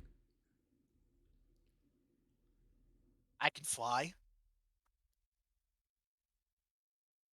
Fuck. All right, I'm going first. All right. Now's the time to bust out the athletics for a climb check. Indeed. Theory, Yeah. I'd be great at that. Who knows tonight? Right. I got a good plus to this. This means I feel like I'm going to roll a 1. So I'm psyching myself up here. Don't Yeah. hex yourself. Okay. I mean, Was if it helps. God, If it- rolled over the one. It paused on the one for so long. If it helps, climbing a rope is a DC 15 task. Oh, so I crit climbed. You did. And did you know that climbing actually has an effect? Ooh. What is it? Do tell, do tell. So, critical success. You move up, across, or safely down the incline for 5 feet plus 5 feet per 20 feet of your land speed. Which is the weirdest way to say that, but really what it means is you move 15 feet in a single action. And So, so in a single like turn, or I can do that 3 yeah, times? so yeah, like basically in a part of a turn. So a single action, you just basically run down the wall for 20 feet. He does that sick like aggressive rappel where he's actually facing down and running like he's some Yeah. tactical team. the Australian rappel. Yeah. You know, for literally years of my life, I thought it was called Australian rappelling because like that was popular in Australia. It didn't occur to me that it's called Australian rappelling because Australia is on the opposite end of the planet from America. So I it's kind of just like that that's the case because that's really clever. it Yeah. just did not occur to me. I was like, oh, they're going face down because they're upside down. Oh, wow, I feel dumb.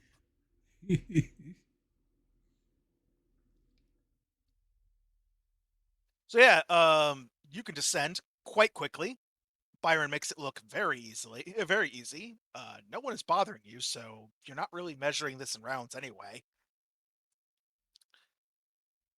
Fall. Oh, Oh no. shit. Oh. Uh, well, Theo's like, oh, I can do that too. Whee! at least it wasn't a critical failure. Ah. True. I actually don't really know what happens if you just fail. I just land on Byron. Like, I know what happens on a critical failure. On Maybe a she just critical can't. failure, you just eat shit. Maybe she just can't get her grips, so she doesn't start the descent. Yeah, like you don't really go anywhere. You could try again. Guys, I'm stuck in the hole. Technically, fun fact, if you were actually in combat, you could try 3 times in a row. As long as you don't critically fail and eat shit. Isn't that weird? It's weird to think about. I have too much fur. I got stuck. Alright. That's a success, Thick. though. So you start descending. Celia Woo! White's so thick. I know, right? So thick. Come on, lemon. I put lemon on my head and I go down.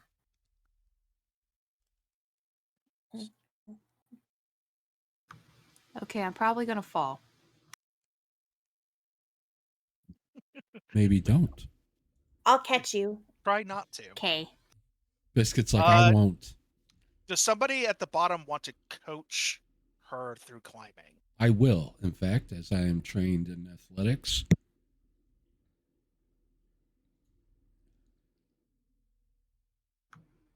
Well, I tried. You try. He sounds trustworthy.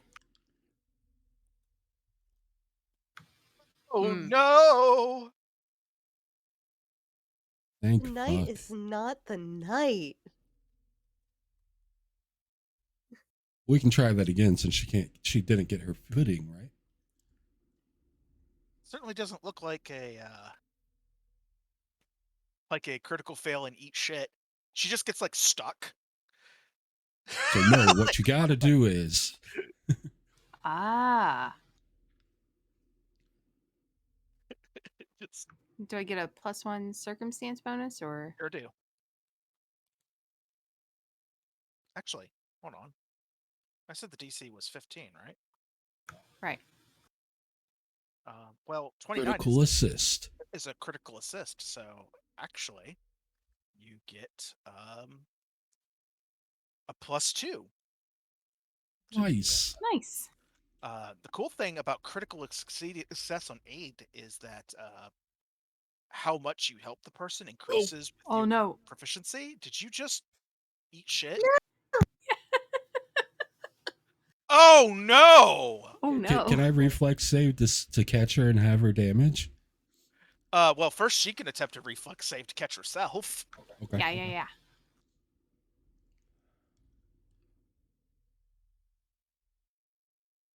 Pro tip: don't fuck this up.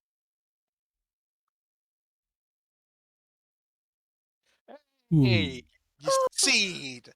So the rope Whee! starts to slip out of your hands. Your palms are a little sweaty. Biscuit has hovering, more or less, like descending via wings next to you, and you, at the last second, as the rope slips out of your hands, reach out quickly and grab the edge of the well with your fingertips. Oof. Turns out that witch training does not include climbing. No, it does not. All right. I'm gonna A loud climb. biscuit very helpfully says, "Wow, boss, you're bad at this." Yeah. I am going to climb back up to then basically piggyback her down. All right.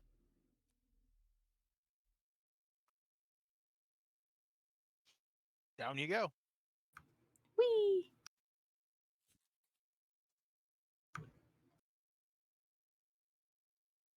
Thanks. Next. Everybody else good, or should I just come right back on up? No shame.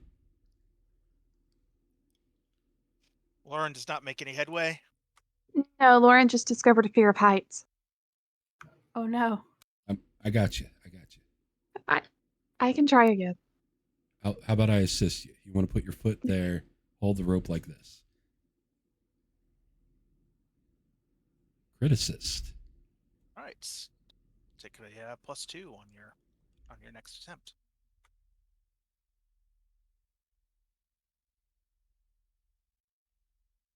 Watch her go from 13 to fucking 26 in one roll.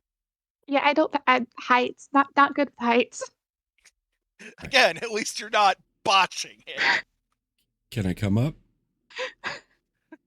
Right up. Yeah, because I'm backing away from the hole now. I don't think I can do this. All right.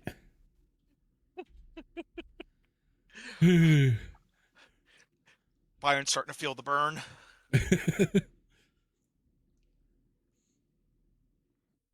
Oh, you know what would help is if I ended the previous encounter. I thought I did that. Apparently I did not. I was wondering why people looked like they were in combat. All right, so I believe that leaves us with a climbing kobold.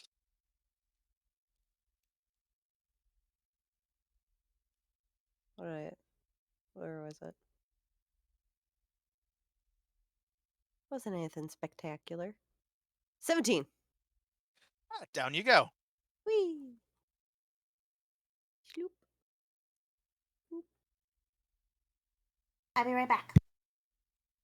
Yeah, let's take if everybody's cool and take a quick 5-minute break. And then get Absolutely. back down in the bottom of the hole. Adventurers go down the hole.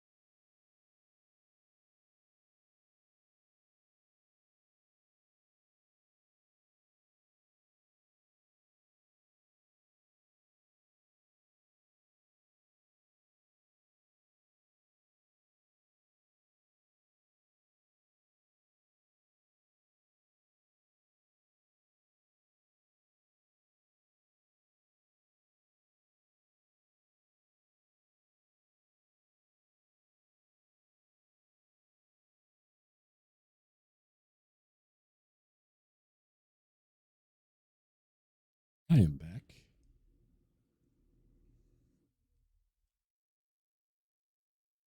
Alonso was putting some tea on, but she'll be back and forth while it does its thing. Otherwise, we are back. How was everybody? Everybody have a good long weekend? Mine wasn't too bad. Good. I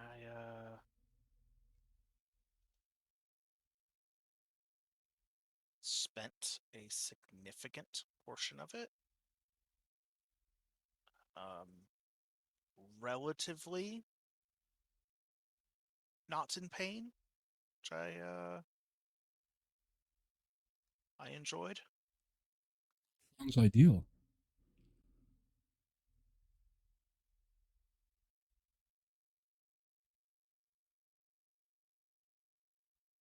I felt pretty okay on Saturday, but I felt like shit again Sunday. Like I said, it progressively got worse Sunday and then Monday. But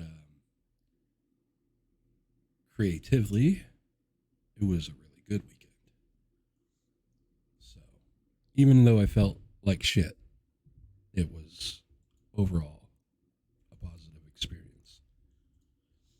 Well, if you can get something good out of a weekend, even when you're physically dying, that's I feel like that kind of overall puts it in the positive column. I agree.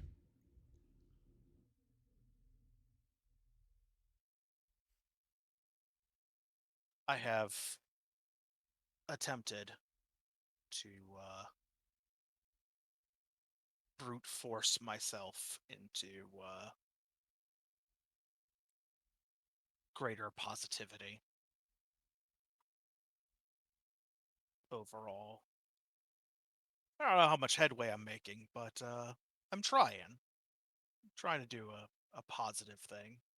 Well, trying matters a fuck ton, so you're ahead Yeah, of the game.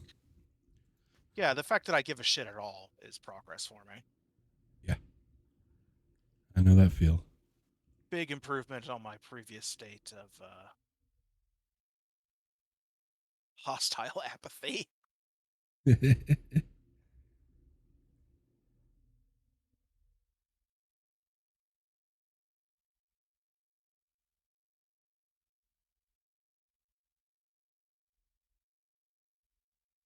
I am making very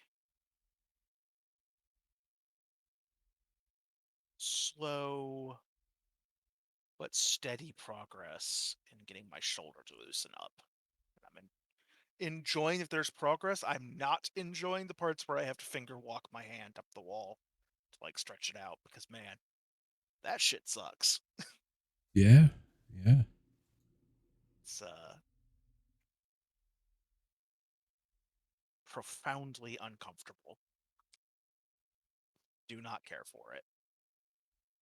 0 out of 10 stars.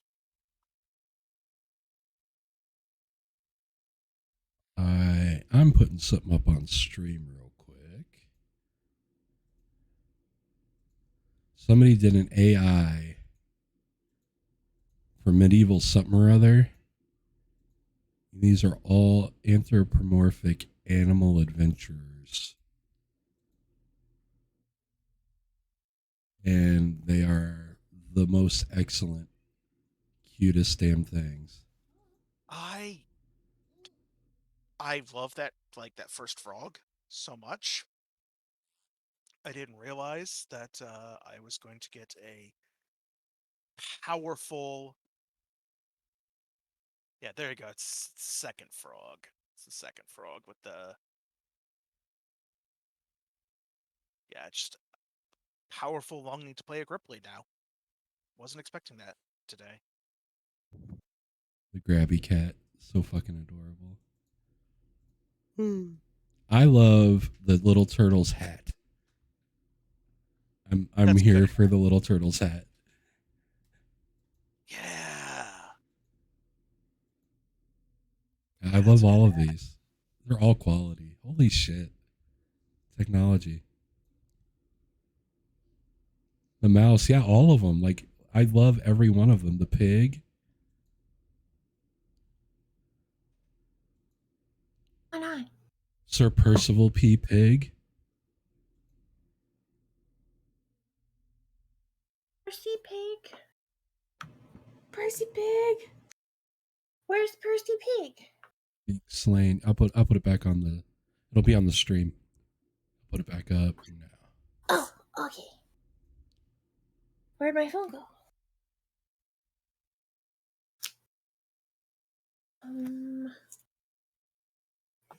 There we. So good. So precious.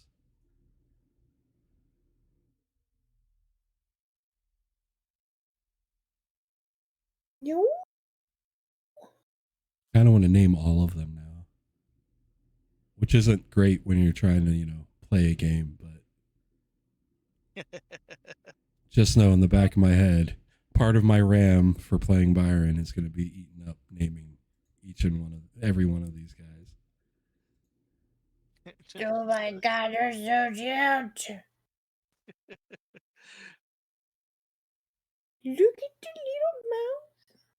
I have a brain condition where a certain amount of my RAM is always partitioned away to think about something completely unrelated to what I'm currently doing. So I don't generally hold that level of distraction against other people. This little turtle is like literally making my heart melt. He is so cute. I love his hat. Right? Best hat. All right. Okay. All right. Going down the hole. That's what Pathfinder Second Ed needs. They need turtle people. Right? But like cute turtle people. Yeah, like fucking small and cute. Got frogs. Got lizards. Need turtles. Like They even have worms. fucking charming spider people, which I didn't even know was something you could actually do. One shot battle royale of cuteness. Come on. Come on. You can play the turtle. And we're all the ones that get slain. Because they're adorable. Yeah. Skeletal soldier. I'm going to tell you something fun about the skeletal soldier. He is not reacting to your presence at all. At the moment, he's just standing there. And that incredibly suspect. About that time, I got suspicious. Sus. I don't know what you're doing, undead, but I think you're fucking with me. Incidentally, anyone who wants to attempt to know a thing or six about the undead can break out your friend and mine, religion. Oh, man. Odds that absolutely no one in the party knows anything about religion. Trained as fuck in religion. I'm only +9. But it doesn't help when I roll a 1. Just says no. Can we roll untrained? Or is it alright if we roll untrained? Oh, I did. My bad. I'm looking something up. If I can't do it, just ignore mine.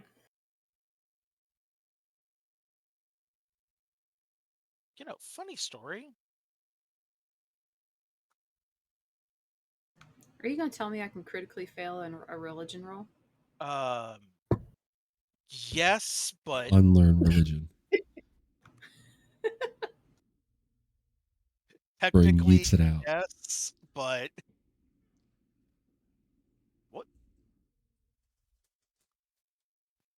Are you It's losing funny. your religion, Adamiri? Yeah. How REM of you.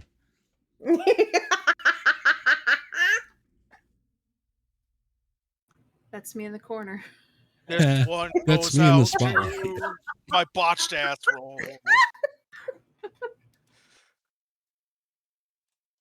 I love that there's a spotlight here that would facilitate the joke. I know, right? Yes.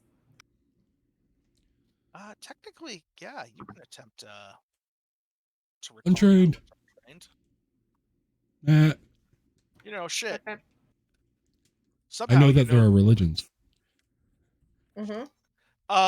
You know that a skeleton is definitely not alive. Mm-hmm. Mm-hmm. All right, so even ordinarily a 10 would tell you something about skeletons, but you rolled a natural one there, which drops your level of success by 1 step from succeed to fail. But at least I didn't critically fail. So yeah, the fun part about critical failing a knowledge check, like a recall knowledge check with a skill, is that if you fuck it up, I lie to you. Like if you critically fail, I just tell you things that aren't true. I like it. There's actually a specific feat to for most knowledges that keeps you from getting bad information when you critically fail. It's it's pretty useful actually. The religion version is called Student of a Canon. I don't 100% remember. Unmistakable lore is the one for lore skills. Aha. All right. Things that you know about skeletons. They are not intelligent at all. They can use basic tactics in combat. They have sort of a psychic imprint of skills they used to have. They can see in the dark. They are generally a kind of neutral evil where they don't have plans for their own because they don't really have minds, but they do seek out the living to do them harm when left to their own devices. So unless specifically ordered to just stand in a place and stare off, they generally attack anything living that comes near them. So overall, you think the behavior of this skeleton is strange.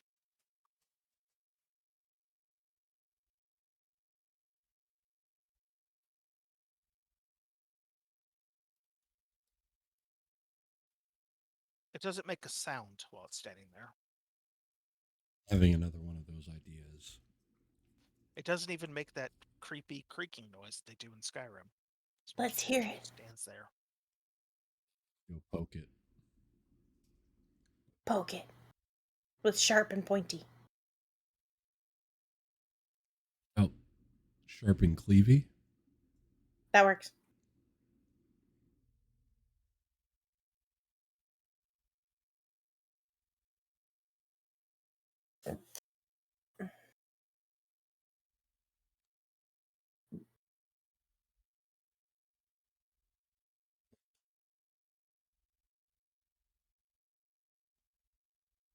Yeah, it's not reacting to your presence at all.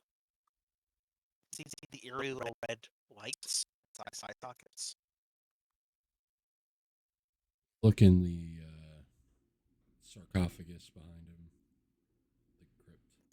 Can we look some perception? Yeah. Some perception? Want to wander around Jason? Yeah. Search engine. The sarcophagus look like the ones from the armory? Somewhat similar. Overall, bigger though. You would fit a pretty tall person in this thing. Perception The check? size of this skeleton? Or? Ooh. Yeah, if you want to throw some perception checks out. Keep seeing those ones. Been traumatized. Something draws Eric's attention to this bookshelf over here. Oh, geez, everyone's seeing. Jesus, more people. Whoop whoop. We see all the things. I can see clearly now. stuff and things. All right. Those of you interested in sarcophagus, it looks like the top shattered when it was violently thrust aside from within. Like the way it's broken, it looks like the lid just tipped off of the top. And the reason you suspect that it was pushed from inside is actually that on one of the broken pieces, you notice a muddy handprint. Bloody. In fact, the entire inside of the sarcophagus is smeared with mud.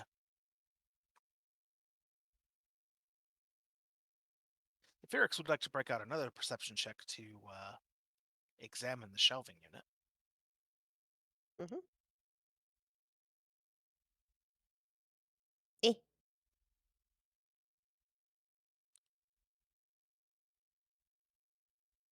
Oh. Eric's finds a switch. So good. And the bookshelf drops into the floor, Ooh. revealing a small chamber beyond.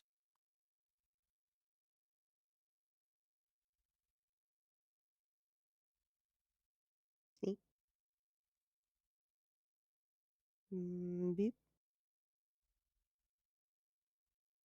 What's it here? Ooh. Ooh.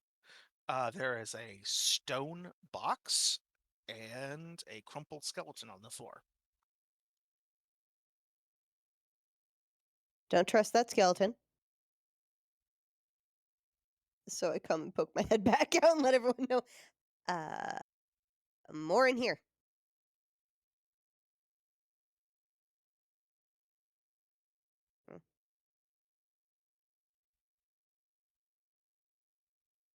Keep an eye on it. I'll move up with Eric's. Kind of in the middle here.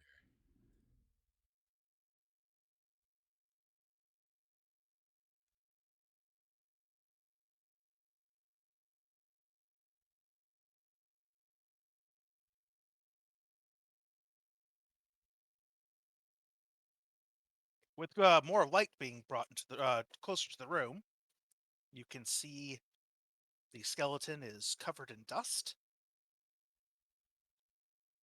as is the stone chest in the room.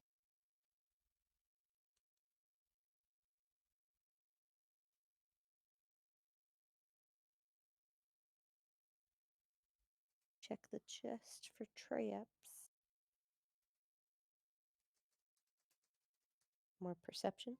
Or how to even open it, if it's possible to open. Yeah. Looking it over is definitely another perception check. Using them eyes. Not. Can I not- assist with that? Not at the moment, Okay.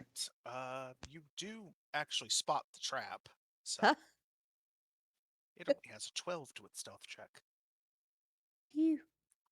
Yeah, there's some kind of mechanism attached to the lock. You're pretty sure that attempting to insert a key and turn the lock, or inserting picks to turn the lock before disarming the device will cause it to go off. Do a little thievery to attempt to disarm that. See if I just set it off in my face again. Doop I doo. mean, you could, but maybe don't. Yay! Is that a critical success? Let me check the DC.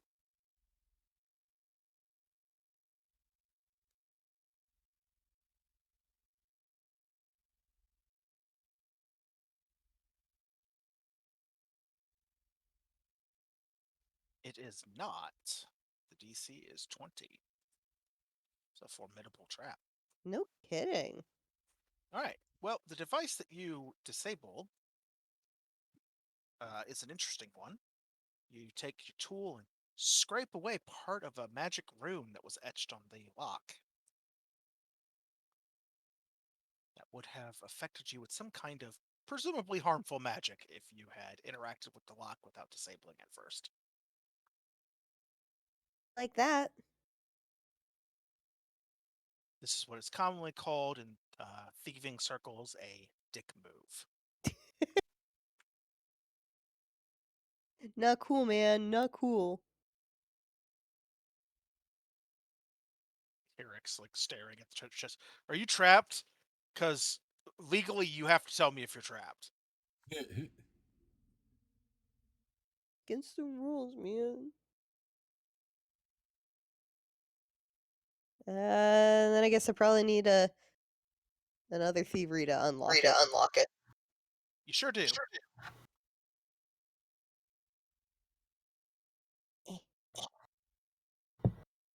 Oh. Oh.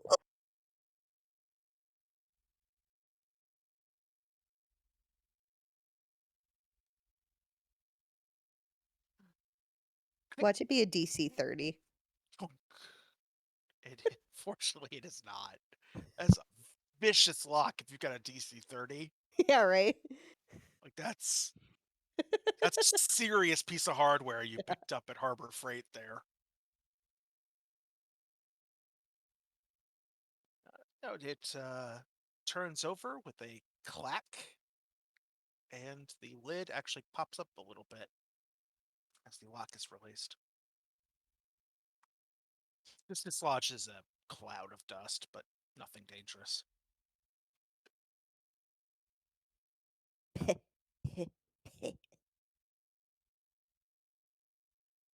What's in the box?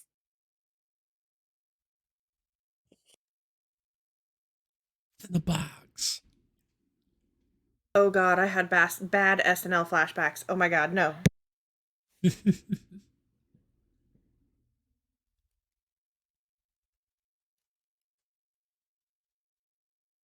Sorry about that. I didn't think you guys wanted to listen to me chew. Yeah, correct. All right, inside of this chest is a lot of very dusty looking clothing. It's a dick in a box. Oh wait, no. Step one, you put a lich in the I box. could think about since you said it. Oh no, lich in the box. Hey now. There is a pile of dusty, decayed looking clothing. And at the bottom of all of it, there is one intact and still quite shiny looking bracelet.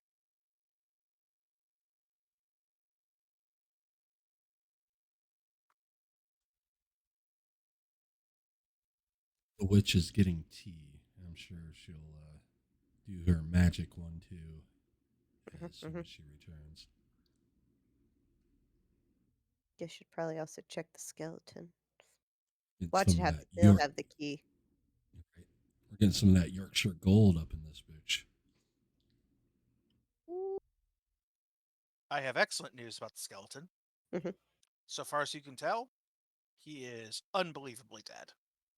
And has been for probably quite some time. That's what I thought about the ones up there too.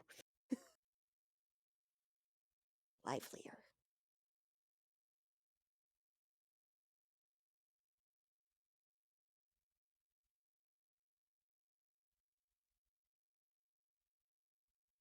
Place is dead. Let's beat it. Lol. The tea-bearing witch is back.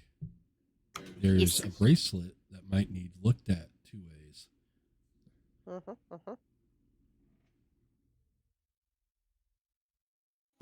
You Ears do. come scrambling up with a bracelet.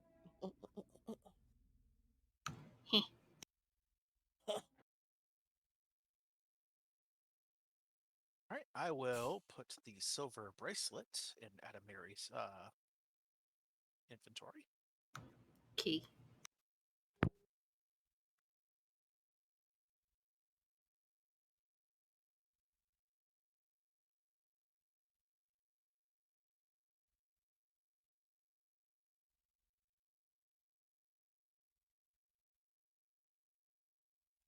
Oh, I forgot to mute as the train was going by. I'm sorry. I didn't hear it. Oh, You good. didn't hear a thing. You're good. Oh, good. Sometimes it's loud enough that it gets caught on microphone.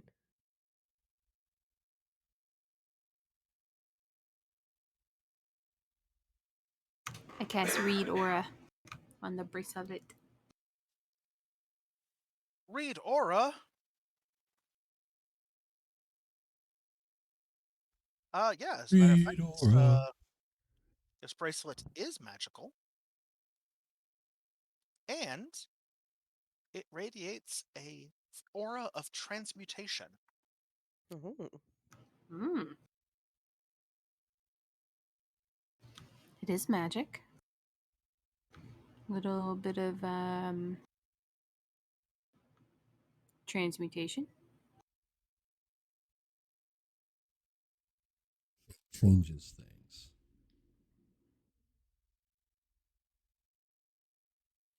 And now that you've done that, you can attempt a good old-fashioned Arcana check to try and figure out what you're looking at. Okay. Demystify this object.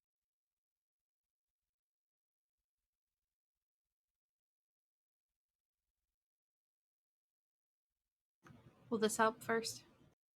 I discern some secrets. Yeah, give yourself a +1. She knows the best secrets. Very discerning. My dice hates me Alright. tonight. But nevertheless, an 18 does succeed.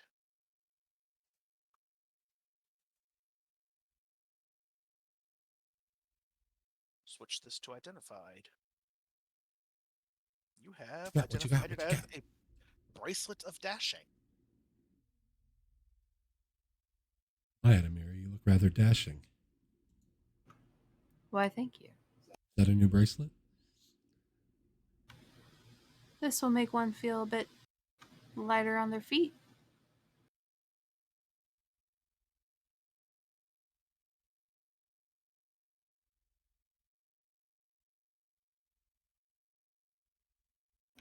For any that are acrobatically inclined. Or acrobatically disinclined, as the case Mm. may be. Yes. That I gotta say that effect, that gain plus 10 feet status bonus to speed for a minute at my 20 feet of speed could be a game changer. Once per day, that's a hell of a emergency nitrous that you can pop there. Yeah, she'll say, "Oh, yeah," and it'll make you can make you a little faster every once in a while. About once a day.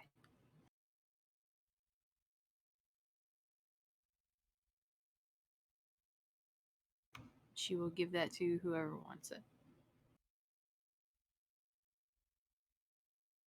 Who all wants to put in for it? Faster could definitely have its benefits.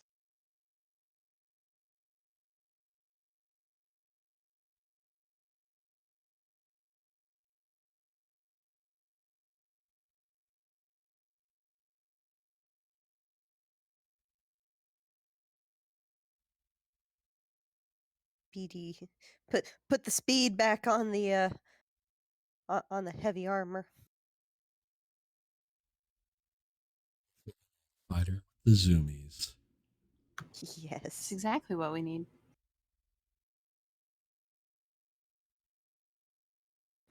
She will give it to Byron.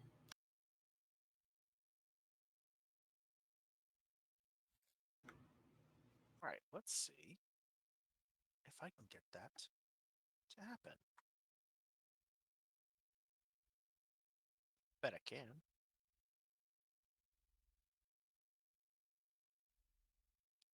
Soon as I convince this thing to identify it. There we go.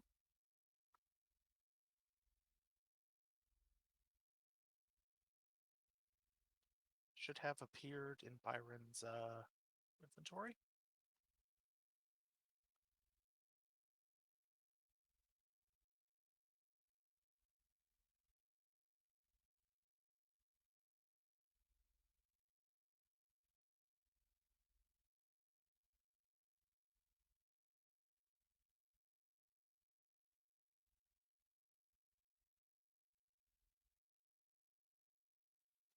I could do And anything special to like attune to it or anything?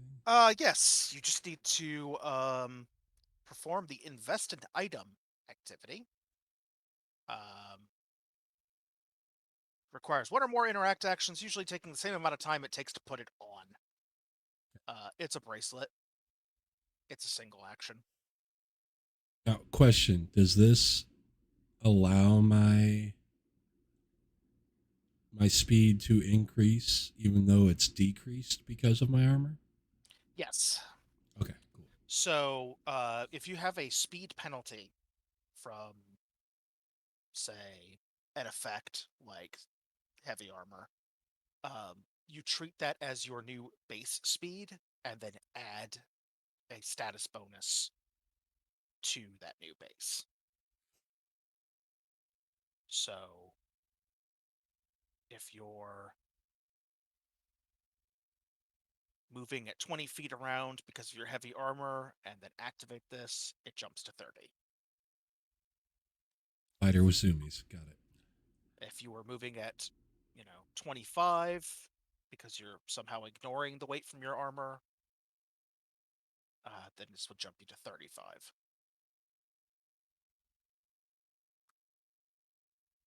But yeah, the armor can't stop you from getting accelerated. If somebody uses a magical effect to propel you across the battlefield or anything like that, it still works. So long as you're not somehow too bulky an object for them to move, which has happened to me before. Saying is, it's got the juice. It is. It's corn.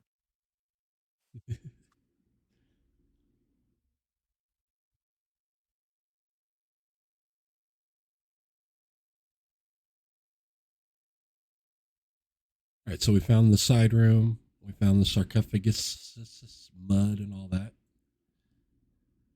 And a skeleton who's still standing there like Ann Creep. I'm going to park right by this skelly. And I am going to have my weapon at the ready. If he moves, Moves, you it's almost on. hope he does. Yep. Because that's how fighters be. I got him on this end. Listen, I spent years of my life training how to whoop ass. Think I'm not going to jump at the chance to do it? Go ahead, Doot. Wish you would. So we got 2 doors, right? Yes. Yep. 2 that you can see, anyway. Rixie, you want to check out these doors? Yes. Two. These little guys here. All right. Perception. See what we see. That's the name of the rogue game. Oh. All right. You don't see anything that looks like a trap mechanism. You don't see any magic words etched in the door handle or trigger devices or any of that nonsense. And you actually pick up a smell. There's a mustiness coming through the keyhole. Well, I guess try some thievery to pop that open. Turns out it's not even locked. Oh, it's not even locked, but I rolled a 19 anyway. I got excited. If you just pop this door open. You lock it and then unlock it. Yeah. I lock it. I'm like, oh.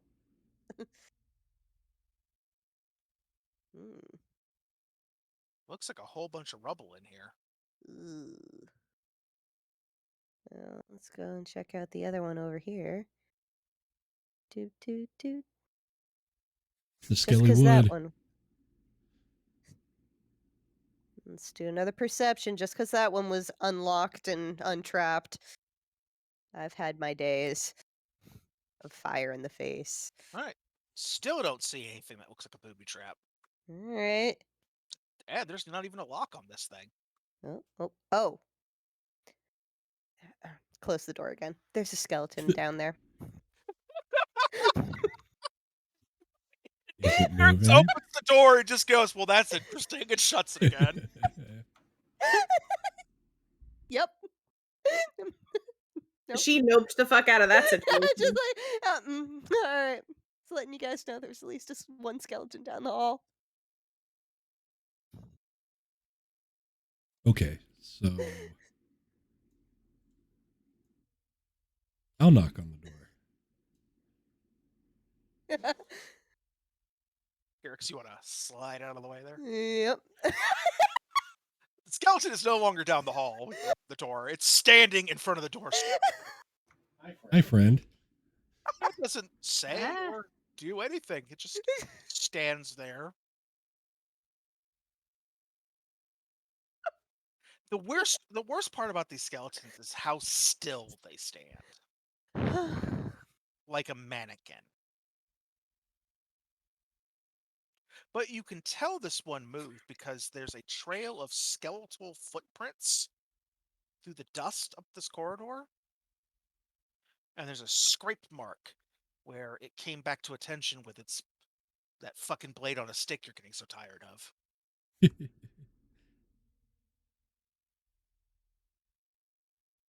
And the funny thing is you're this close to him. This skeleton is covered in dust. It's like he's been standing in one place for a very long time. He's just really excited to have company again. Right? Step around him. When you step around him, the skeleton does move. It reaches out one bony hand and shuts the door. What? Uh. Rude. Want some alone time? Oh. I go over and I open the door. You ever see one of those useless devices Yes. where it's got there's a switch, and when you poke the switch, it causes a little arm to come out and poke the switch off again? Skeleton shuts the door again.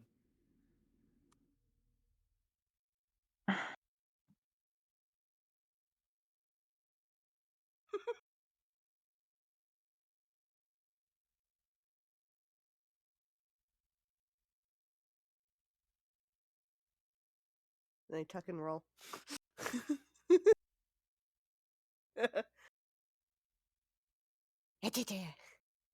Yeah, it makes no move to stop you from coming in. Hmm. It just shuts the door again. Now that you're not in the doorway, shuts the door. Eric shows up with the next to Byron. I have no idea what it's doing. Should probably get the others.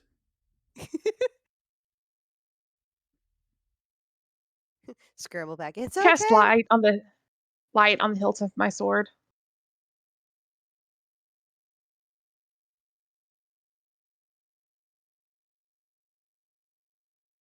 As soon as somebody isn't near the door anymore, it just shuts it again. Sure what this thing's problem is. Let's go. It's going to keep shutting the door.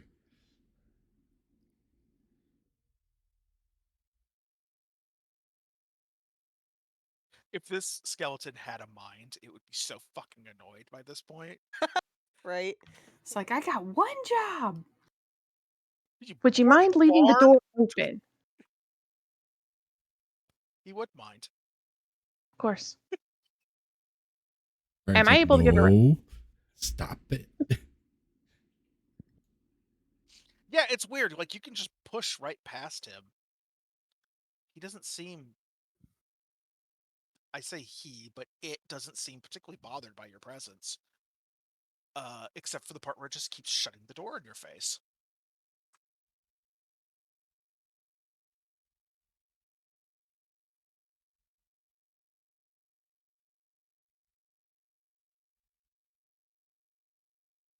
Hey. Hallway.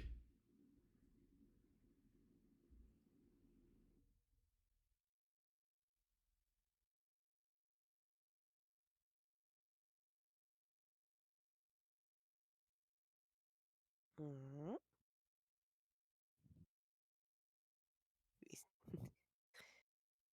I'll just follow down the hall. Oh. Doors. We've got door sign.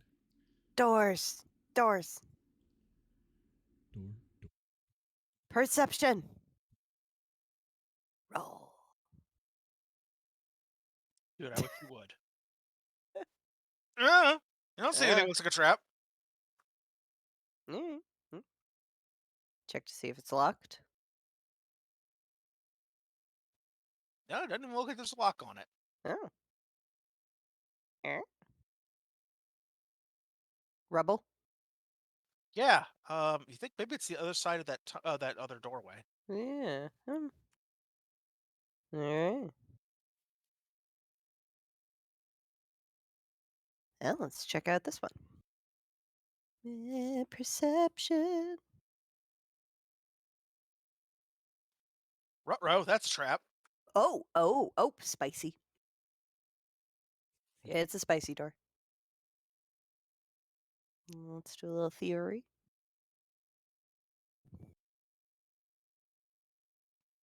All right. You managed to jam a shim in the edge of the concealed trap door that's in the door frame. Ooh. So basically, step on the threshold of this door and discover that the floor underfoot isn't stone, it's actually thin wood and would pop open and deposit you somewhere. Huh. You're not sure where, but it's probably not good. Right, further Maybe. down from here? Yeah. Somewhere you did not ask to be. No, did not want that. You good, Rixie? Yeah, that should be good. Oh, let me check the door. Is the door locked? It sure is. Oh, locked and trapped. Wonder how this feels for you guys whenever you leave my aura. Right? Like, what's the vibe? It's like a tingle. It's more like the change. lack of vibe. Mm, the background music stops. All right. You may consider that one no longer locked door. Ah. Tick. Got unlocked as fuck. All right, just watch Now that you your step actually have there. light there, you can get a better look at what the door actually looks like. It's a sort of like a gate. Yeah. Once you've unlocked it, you actually have to lift this thing out of the way. And as you're examining the device, you realize there's something kind of annoying about it. Unless you set it down fairly gently after you've lifted it, the weight of this portcullis slamming down will actually relock it. Yeah. Yeah. This is a one way. Put it down, gentle. Uh-huh. See if we can jam that. Try to, just in case those hey friends. What's up? In case the friends that have been walking through these halls decide to lock it behind us. Like the doors that they were closing. Full here, right? All right, so Some sizable rubble. Oh, this is what these two Portcullis from dudes are closing doing. entirely. don't like that.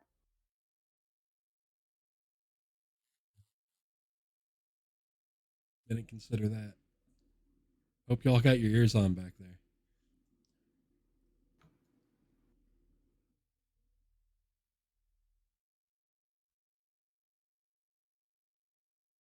So as Lauren and Celia are just kind of like maxing here at the back row.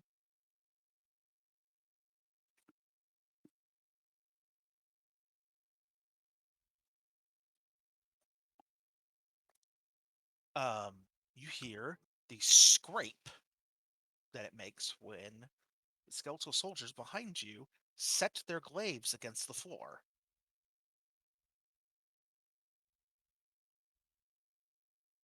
Looks like they are disinclined to let you pass them again. It's not nice. Okay. I think the only way is forward.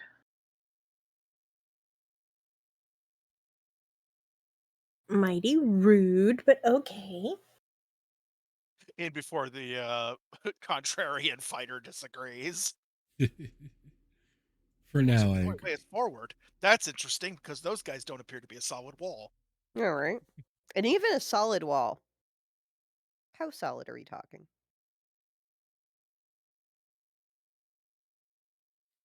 Ladies first. Kind of. How do I do this? How do I hold the gate up and then be in front again when it comes to taking on targets first? Awkward shuffling. Hmm. Shuffling it is. Get it? All right, folks filing in. Yeah.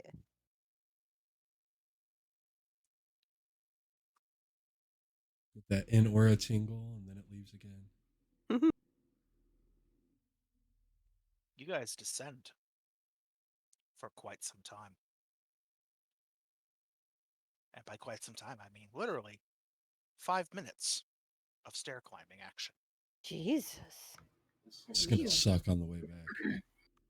Right? Like I said, you're starting to feel the burn. I've done like a full ass fucking workout in full plate today. No kidding. Mm,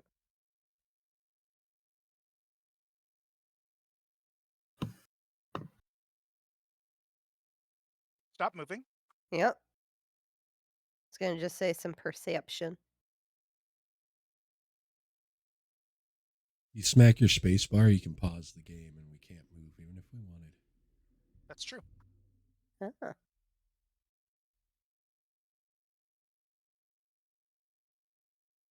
So, because of Eric's trap finder ability, even when not actively looking for traps, you can actually roll to detect them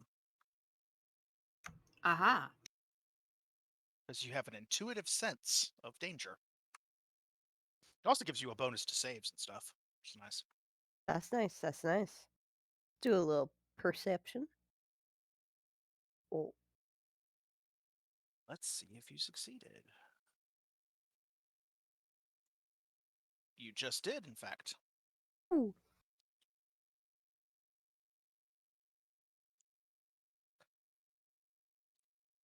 It's funny because you can't actually see the trap that's on the door, but you're aware of its presence. Ominous. You just get a feeling, like a subtle tingle over your claw tips when you wave them in front of the door. You're pretty sure that there's some kind of invisible rune trap on the door.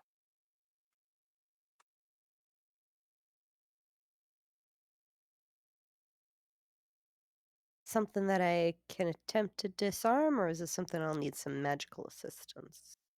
You can actually scratch the rune out Ah, because I found it. because you know Sorta. it's there. All right, let's do some thievery. It's time for some thievery. Beep.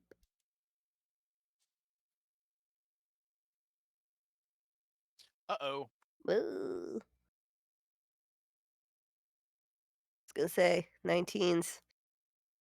These guys are big. Let me check something on your character sheet, though. Do I have a bonus? That's what I'm checking. Let's see.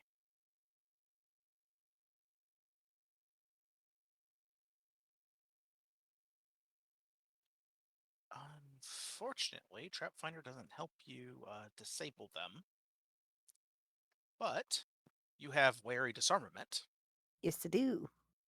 which gives you a bonus to your gives you a further bonus to your AC and saving throws against traps.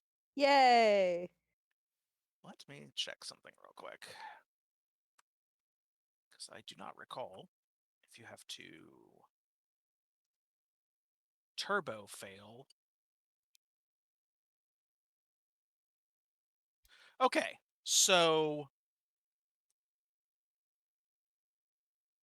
You do not disable the device. You don't think Okay. you've scratched it properly, but it doesn't go off in your face. You actually have to Woo! critically fail disable device attempt for the device to blow up in your face. Ah ha ha. So, making another attempt after a certain amount of time, or Yep. yeah. You can wait a Res- couple of minutes to clear your chakras and then give it another shot. reset, shake things out, stretch, roll again.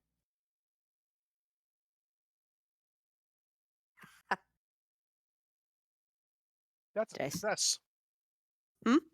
That is a success. Oh yay! I squeaked it over. You have disabled a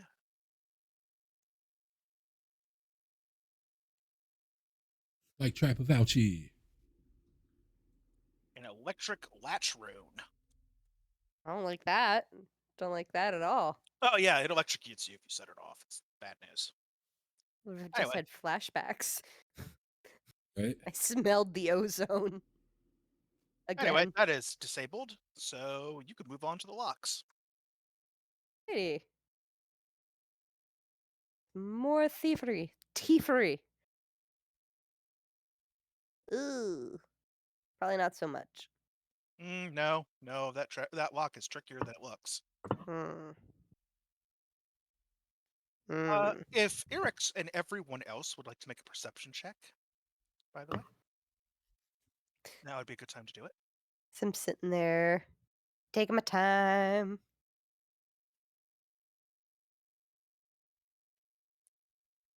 Y'all motherfuckers perceptive as hell.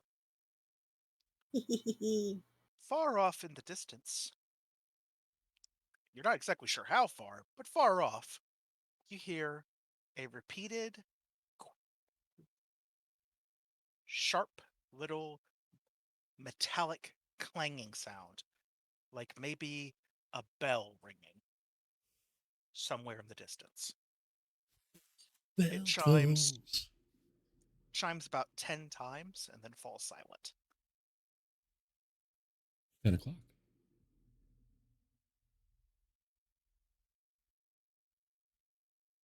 Which at time of filming, it is almost 10 o'clock. Yes. Time marches on. And Yeah. time is marching on. And time is still marching on. I wonder if that is actually a bell or, our doom. Let's say. Who knows what shadows lurk in the darkness of this crypt? The shadow. The Fezcat knows. The shadow. God, I haven't watched that in like at least a decade. Fair. Same. So you take Weh. another pass on this lock? You can Yes. crack on. It doesn't have a pick breaker in it. That's a thing, by the way. That's like an actual thing you can attach to a lock in this game. Critical. Oh shit! Wee, wee, wee. Yeah, so do you want to know what you do instantly? Yay. So this was a complex lock, which means that you actually need multiple successes in a row to pick it. But with a critical success, you actually get 2 successes and leave no trace of tampering.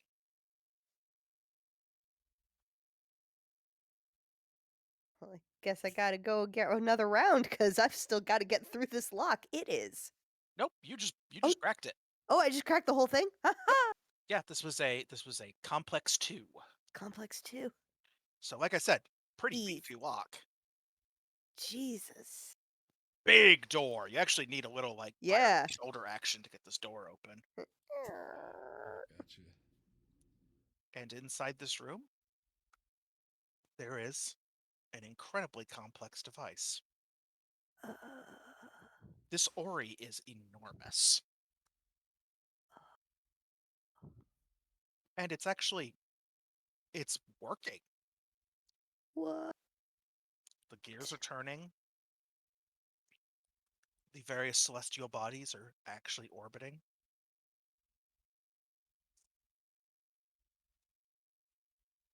Right, I'll watch the door.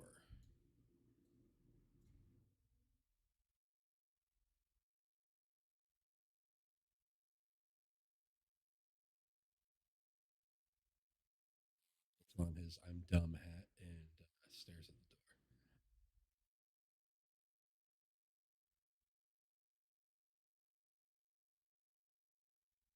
What's interesting is that the sound the Ori makes as it's working is intensely soothing. Is it magic? You sense the presence of a magic aura you are not familiar with within 30 feet of you. Better believe it's fucking magic. Hmm. It's magic as Out fuck, of- boys.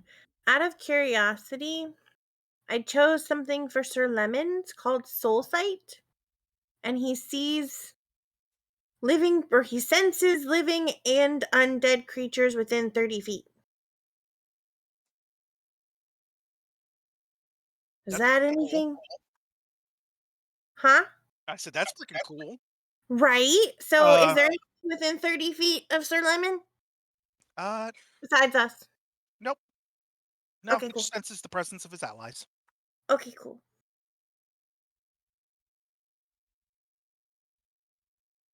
He should be able to give us a tingly when deader people are around, though. Dead tingles.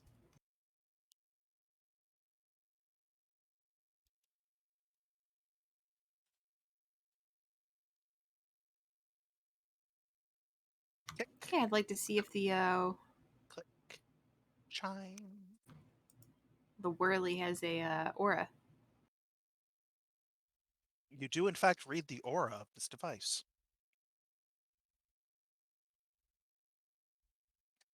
The entire Ori is a single object. And as a matter of fact, it is magical. And the school is evocation. Hmm.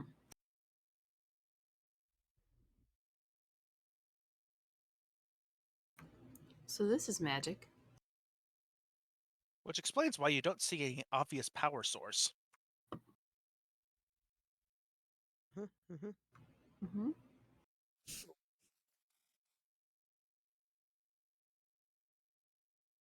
Hmm. Okay, but this is like evocation magic, so this could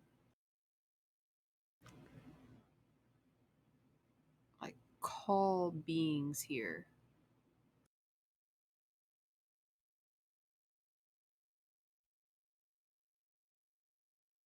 That's conjuration. Oh wait, yeah. My bad. Go boom magic. Yes, boom magic. Evocation. You know, I was thinking of the old school- invocation. Yeah. I invoke thee. Yeah. When you evoke, as opposed to invoke, you call energy to a location. Ease. Energy. So I could light this place up with something. Electricity. Fire. Incidentally, read aura stays up as long as you keep concentrating on it. Oh. Concentrate spells you just you spend an action to sustain every round. If you've ever been curious how that works, how concentration works. Okay. So if Adamari does not drop it, she'll actually pick up a second school. She does not drop it. And to no one's surprise, or perhaps to not to Adamari's surprise, the second aura that you're detecting is divination. Hmm. Divination to power it. Divination to do its shit. and divination. Is it something we want to try to make stop?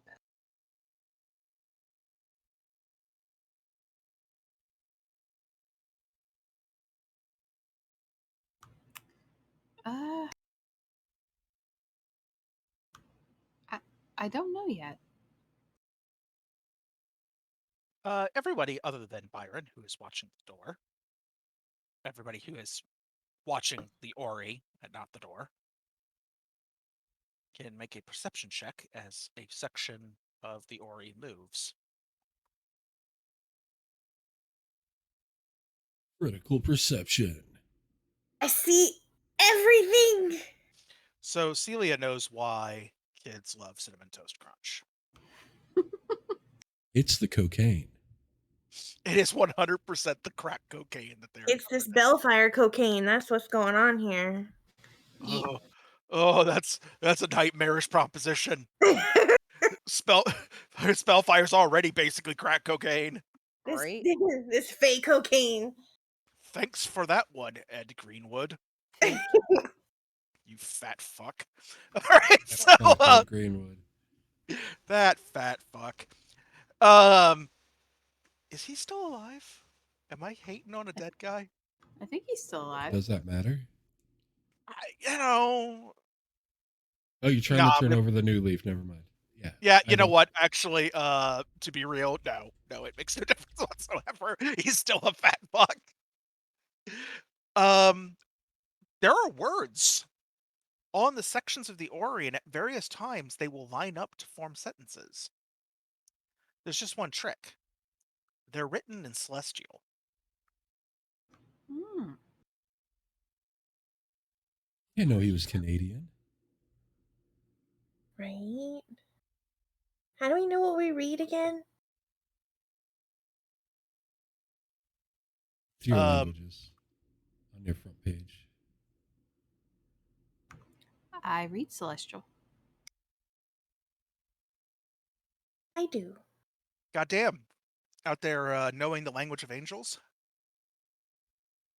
Oh, language is common. Okay, so I'm gonna walk over to Adamir and be like, hey, okay, follow me. Watch this and get her to key in on it. Okay. You do, in fact, call her attention to the words. Byron reads an article about Ed Greenwood.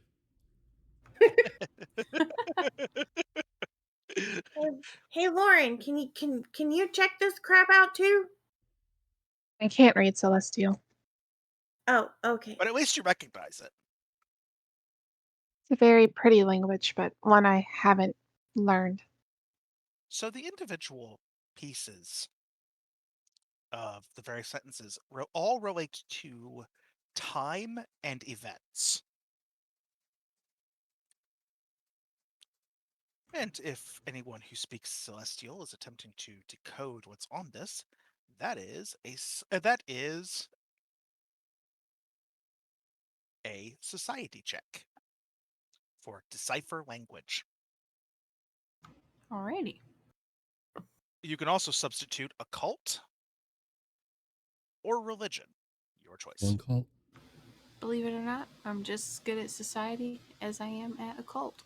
He's a fancy witch, y'all.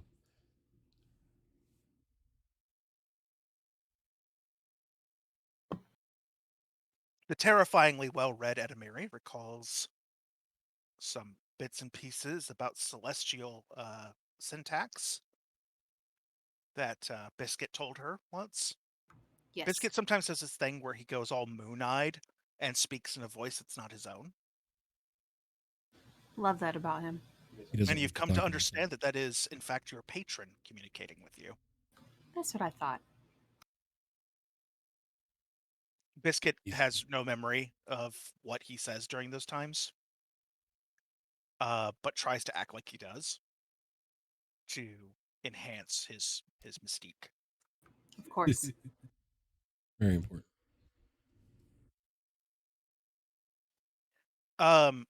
This thing is covered in predictions. Depending on how the various pieces of the Ori line up, this thing appears to have predictions on the weather, on what years would be basically blessed years, like when the children born in that particular year will have extraordinarily good luck. It can predict famines and droughts. And working up from the words written on it and the mechanism itself, you eventually conclude that this thing can tell time on a level ranging from hours to centuries.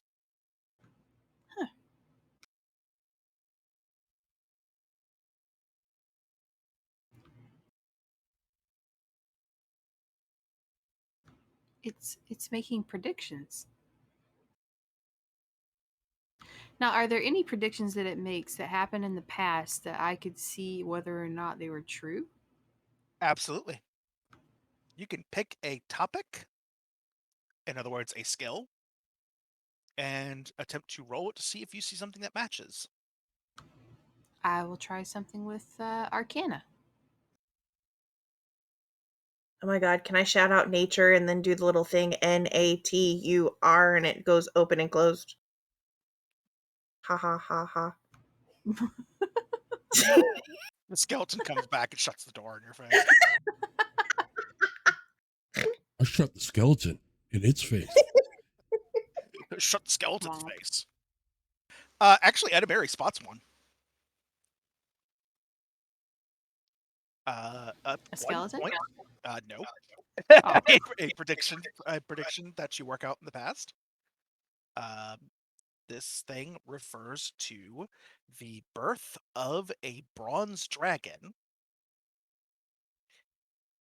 in the land of steel and bone. The land of steel and bone is a common nickname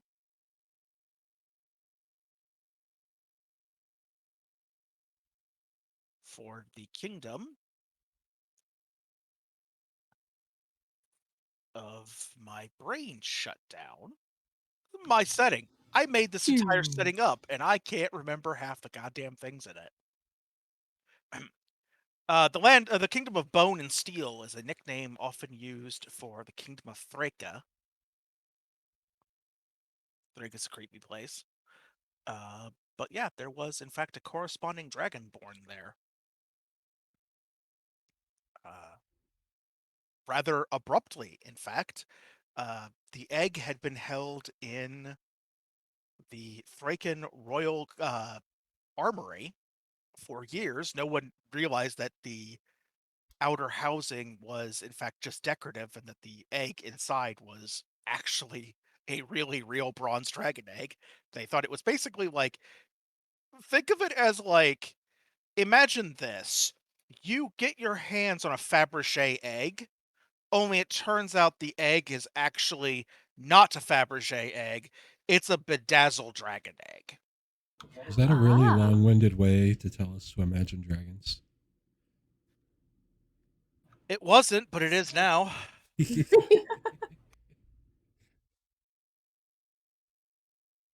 was sitting right there. I couldn't not. Solo would have checked to make sure I was me. That's fair.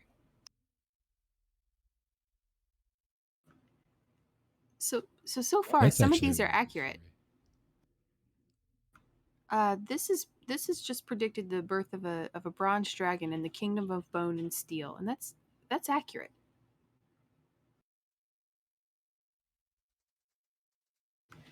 I will look for anything more recent that has to do with society.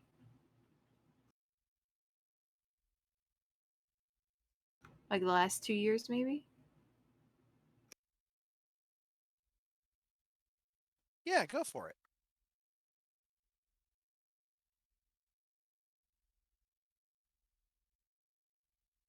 Pretty cool. Wee, wee, wee. You identify 5 different prophecies within the last 3 years that you recognize as important events in social circles. Specifically, this has predicted the birth of a prince, the passing of a general, and the change of the Count of Fellwater. Just gonna tap Byron on the shoulder and be like, "Ha! Hey, look, that's you." I could sit here all day. Specifically, it says, in the county of Hillwater, the Iron Dog passes,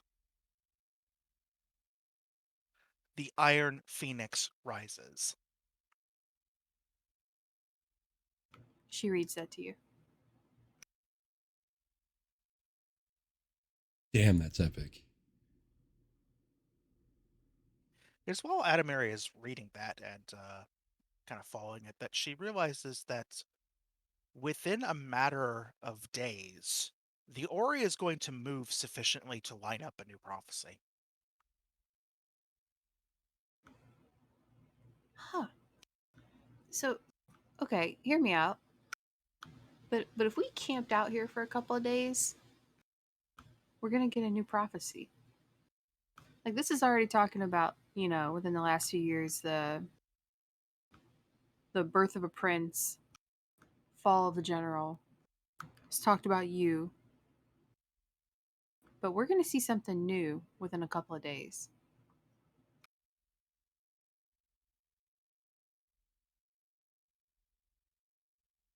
I mean, I'm down. Otherwise, we have to go deal with our two friends standing guard. If we're gonna stick around, we should probably clear the rest of this place out. Make sure Probably. there's nothing down here with us, but we have enough supplies for probably 2 weeks.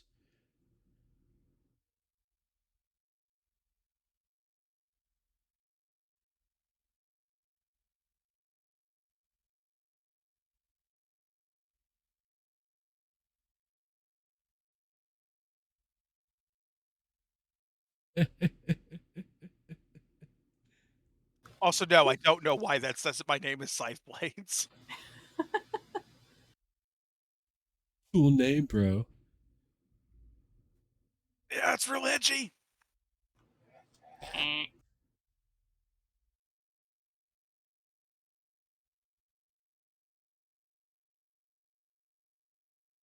Real edgy. What do you think, Rixie, Lauren? Yeah, I'm good with it. I'm curious.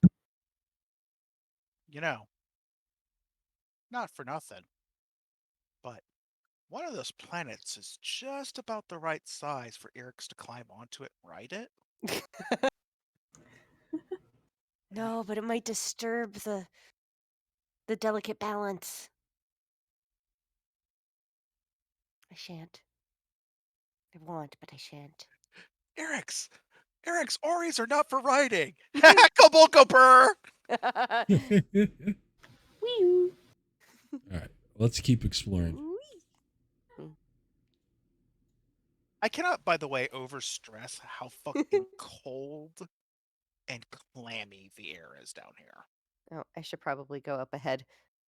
That's some glowing and some oozing.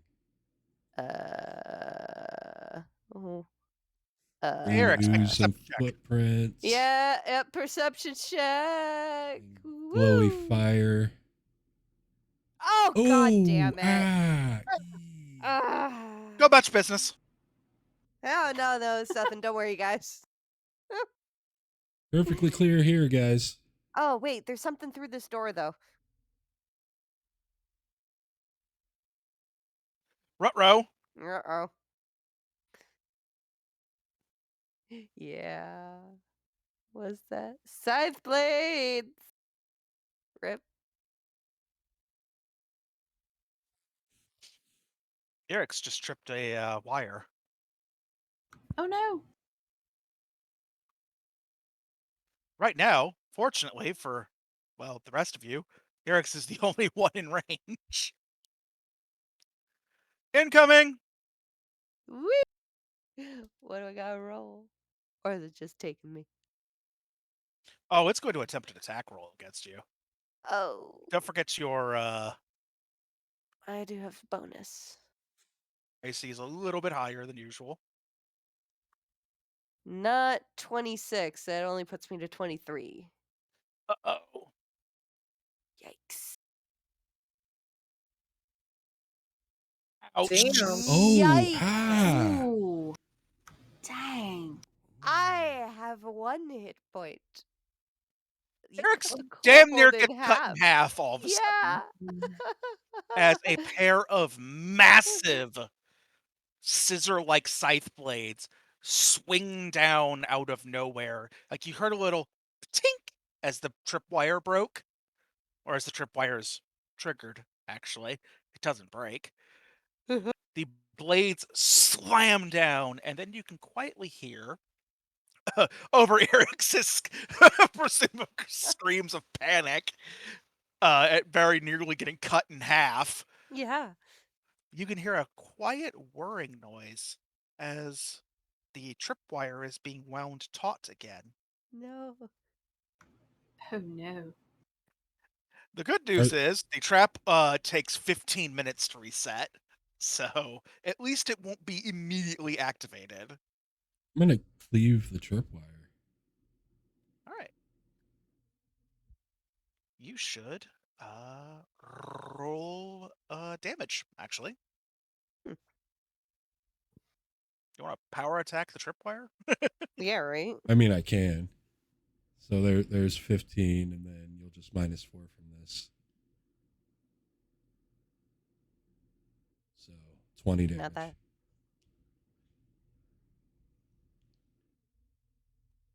Right. There's a tank sound as the tripwire breaks. The scythe blades continue their slow process of retracting, but now there's nothing to trigger them. So if it resets or not, at least, hopefully, as long as no one hits the door frame really hard, the blades won't deploy again. I'm gonna file that in my mind, though. Honestly, that could come in handy. See if you just like boot someone violently into the door frame. That'd be a pretty Just cool saying. move. I'm just saying. Not gonna lie. A pretty Alright. prick. It's pretty cool. Yeah, that's pretty cool. Bakraya.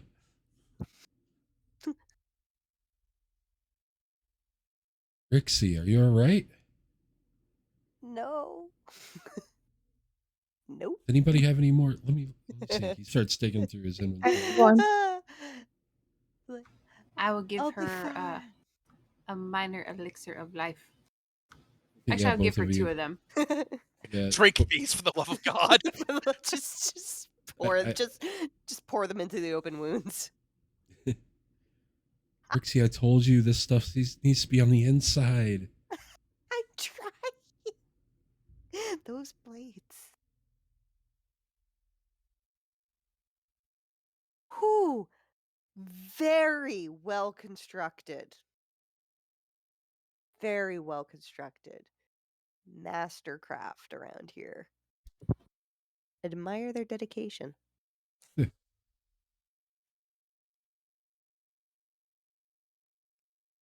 Also, a lot of these are magical traps. Just saying. So what's the elixir give again? It is. Let's see if I remember right.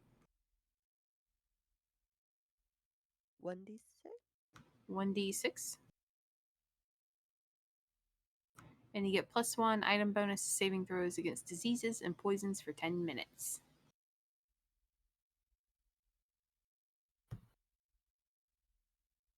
Sounds like there ought to be a 2d6 roll. Yeah. Where are the...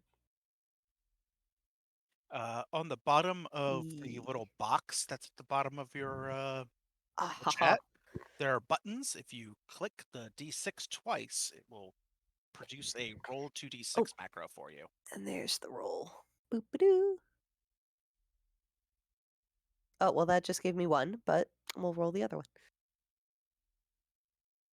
I thought I had 2. Oh, I did 1d6 plus 2 instead of 2d6. That's what it Well, Total's 5.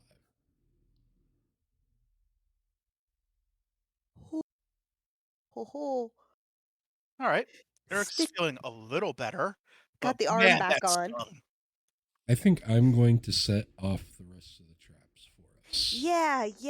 Yeah. Set him off with I can try to disarm some as well. There. I'm not as skilled as Eric's, but I can try. I've just been cursed today. It is not my day. All right, so in this room, you can see a completely oversized, at least from the perspective of a human, uh, s- throne, which appears to have been shaped from solid iron. There are a pair of extremely ominous winged statues flanking it. And then there are these braziers and the eerie green light they give off.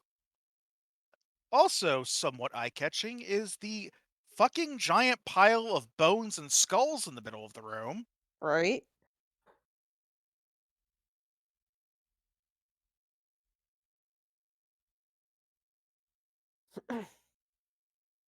What was the count before me called? According to the Ori? The Iron Dog. Iron Phoenix.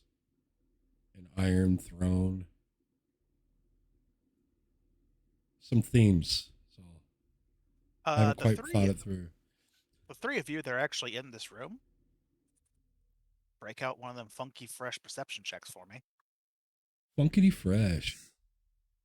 It's hearing-based, if that matters. I have a helm on. Another one.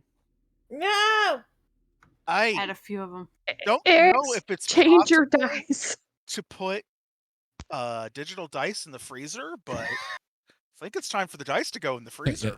You got to change your dice. How many has that been? I gotta go. I gotta find that setting. Where the hell is it?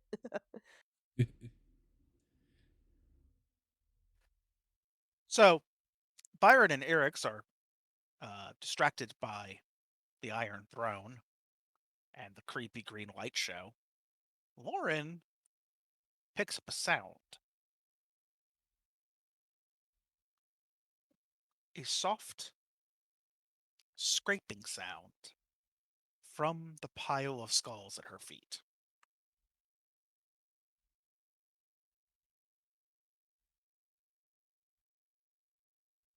Eric, back away from the pile of skulls. Something's under there moving. Sex. Eric's just like, cool, I'm out. I'm just gonna. That's real fucking neato. I'm just gonna. I'll be in the car. I'm gonna trying go to keep hide my with blood. Biscuit. I'm trying to keep my blood inside me. Now that your attention has been called to it, Byron also hears a scrape. And then a skull dislodges and tumbles down the hole. And then, a second later, with alarming suddenness, these two Skeletal assholes soldiers. burst out of the pile of bones, Shit. claws at the ready.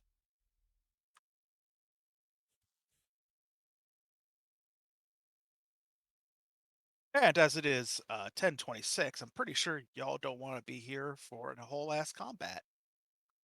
Is it? If it's just these two guys, we have a chance. But if it's a more complicated encounter than what it appears, Let's just say that the next piece of information I can give you is that the crew that's out here, outside of the room, feel the floor shake as something incredibly heavy starts to move in the distance. Right. Of this huge room. Okay, no, I see what you're putting down there. So yeah, Oh. we'll be starting. Oh. We'll be starting next game with Skelegeddon down in the low. That sounds good. We're gonna fight for our right to live. I'm Yeah. pulling out the alchemist crossbow. We're gonna light Oh, some things yeah. on fire. Ah, yes. Coal boat's going down. I'm taking things with me. We may not be going in the center of that room because I might be throwing some wildfire down on that bad boy. Woo! Hey, stupid! Step on this. I mean, it is possible that Lauren and I will kill these two skellies in a round. I'll put that out there. That is fair. Yeah, these two assholes are mostly here just to keep you busy for a second while whatever that big thing in the distance is. Would we be willing, if we're Boots still up. fighting at 11, to then just pause and then restart, or not restart the fight, but like continue from that point in the next session?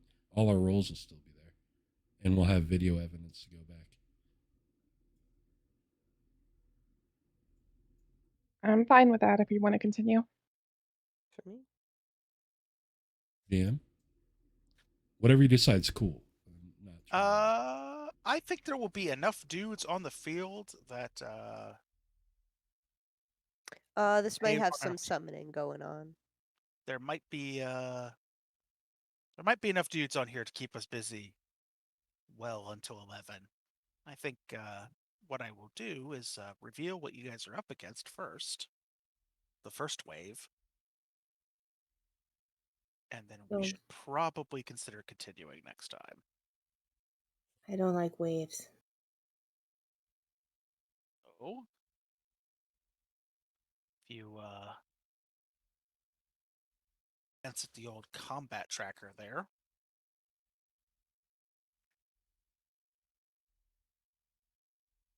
I've got a bone to pick with you.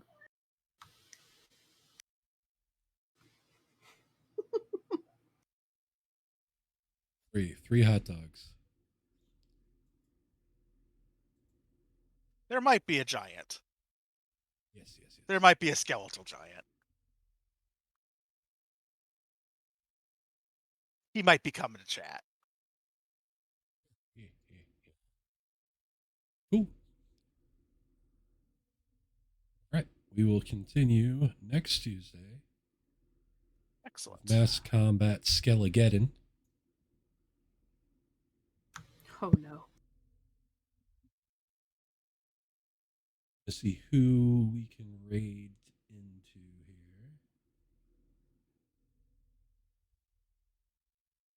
Thank you for running tonight. Thank you guys for playing. It was a blast. Yeah. Yeah. Oh, wait.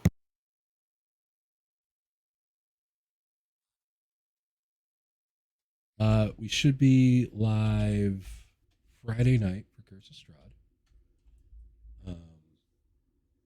And then it'll be Pathfinder next Tuesday. And then I think the following Tuesday is finally the Spelljammer game. I could be wrong. That could be hopeful thinking. No, I'm right. I'm right. So the 13th will be Pathfinder, and the 20th will be the official, we've all been waiting for it, Spelljammer game. So that's super exciting. Of course. That's pretty dope. Yeah. All of these games, whether they're streamed or not, are available on the YouTube channel. If you're on the YouTube channel, please like and comment. Subscribe if you haven't. Ring the bell and all that good shit. And you can watch most of these games live over on the Twitch, where you should also follow and if you'd like to subscribe. But that's going to be it for us. We're raiding over to Ghost Table Guild, and we will see you guys next time.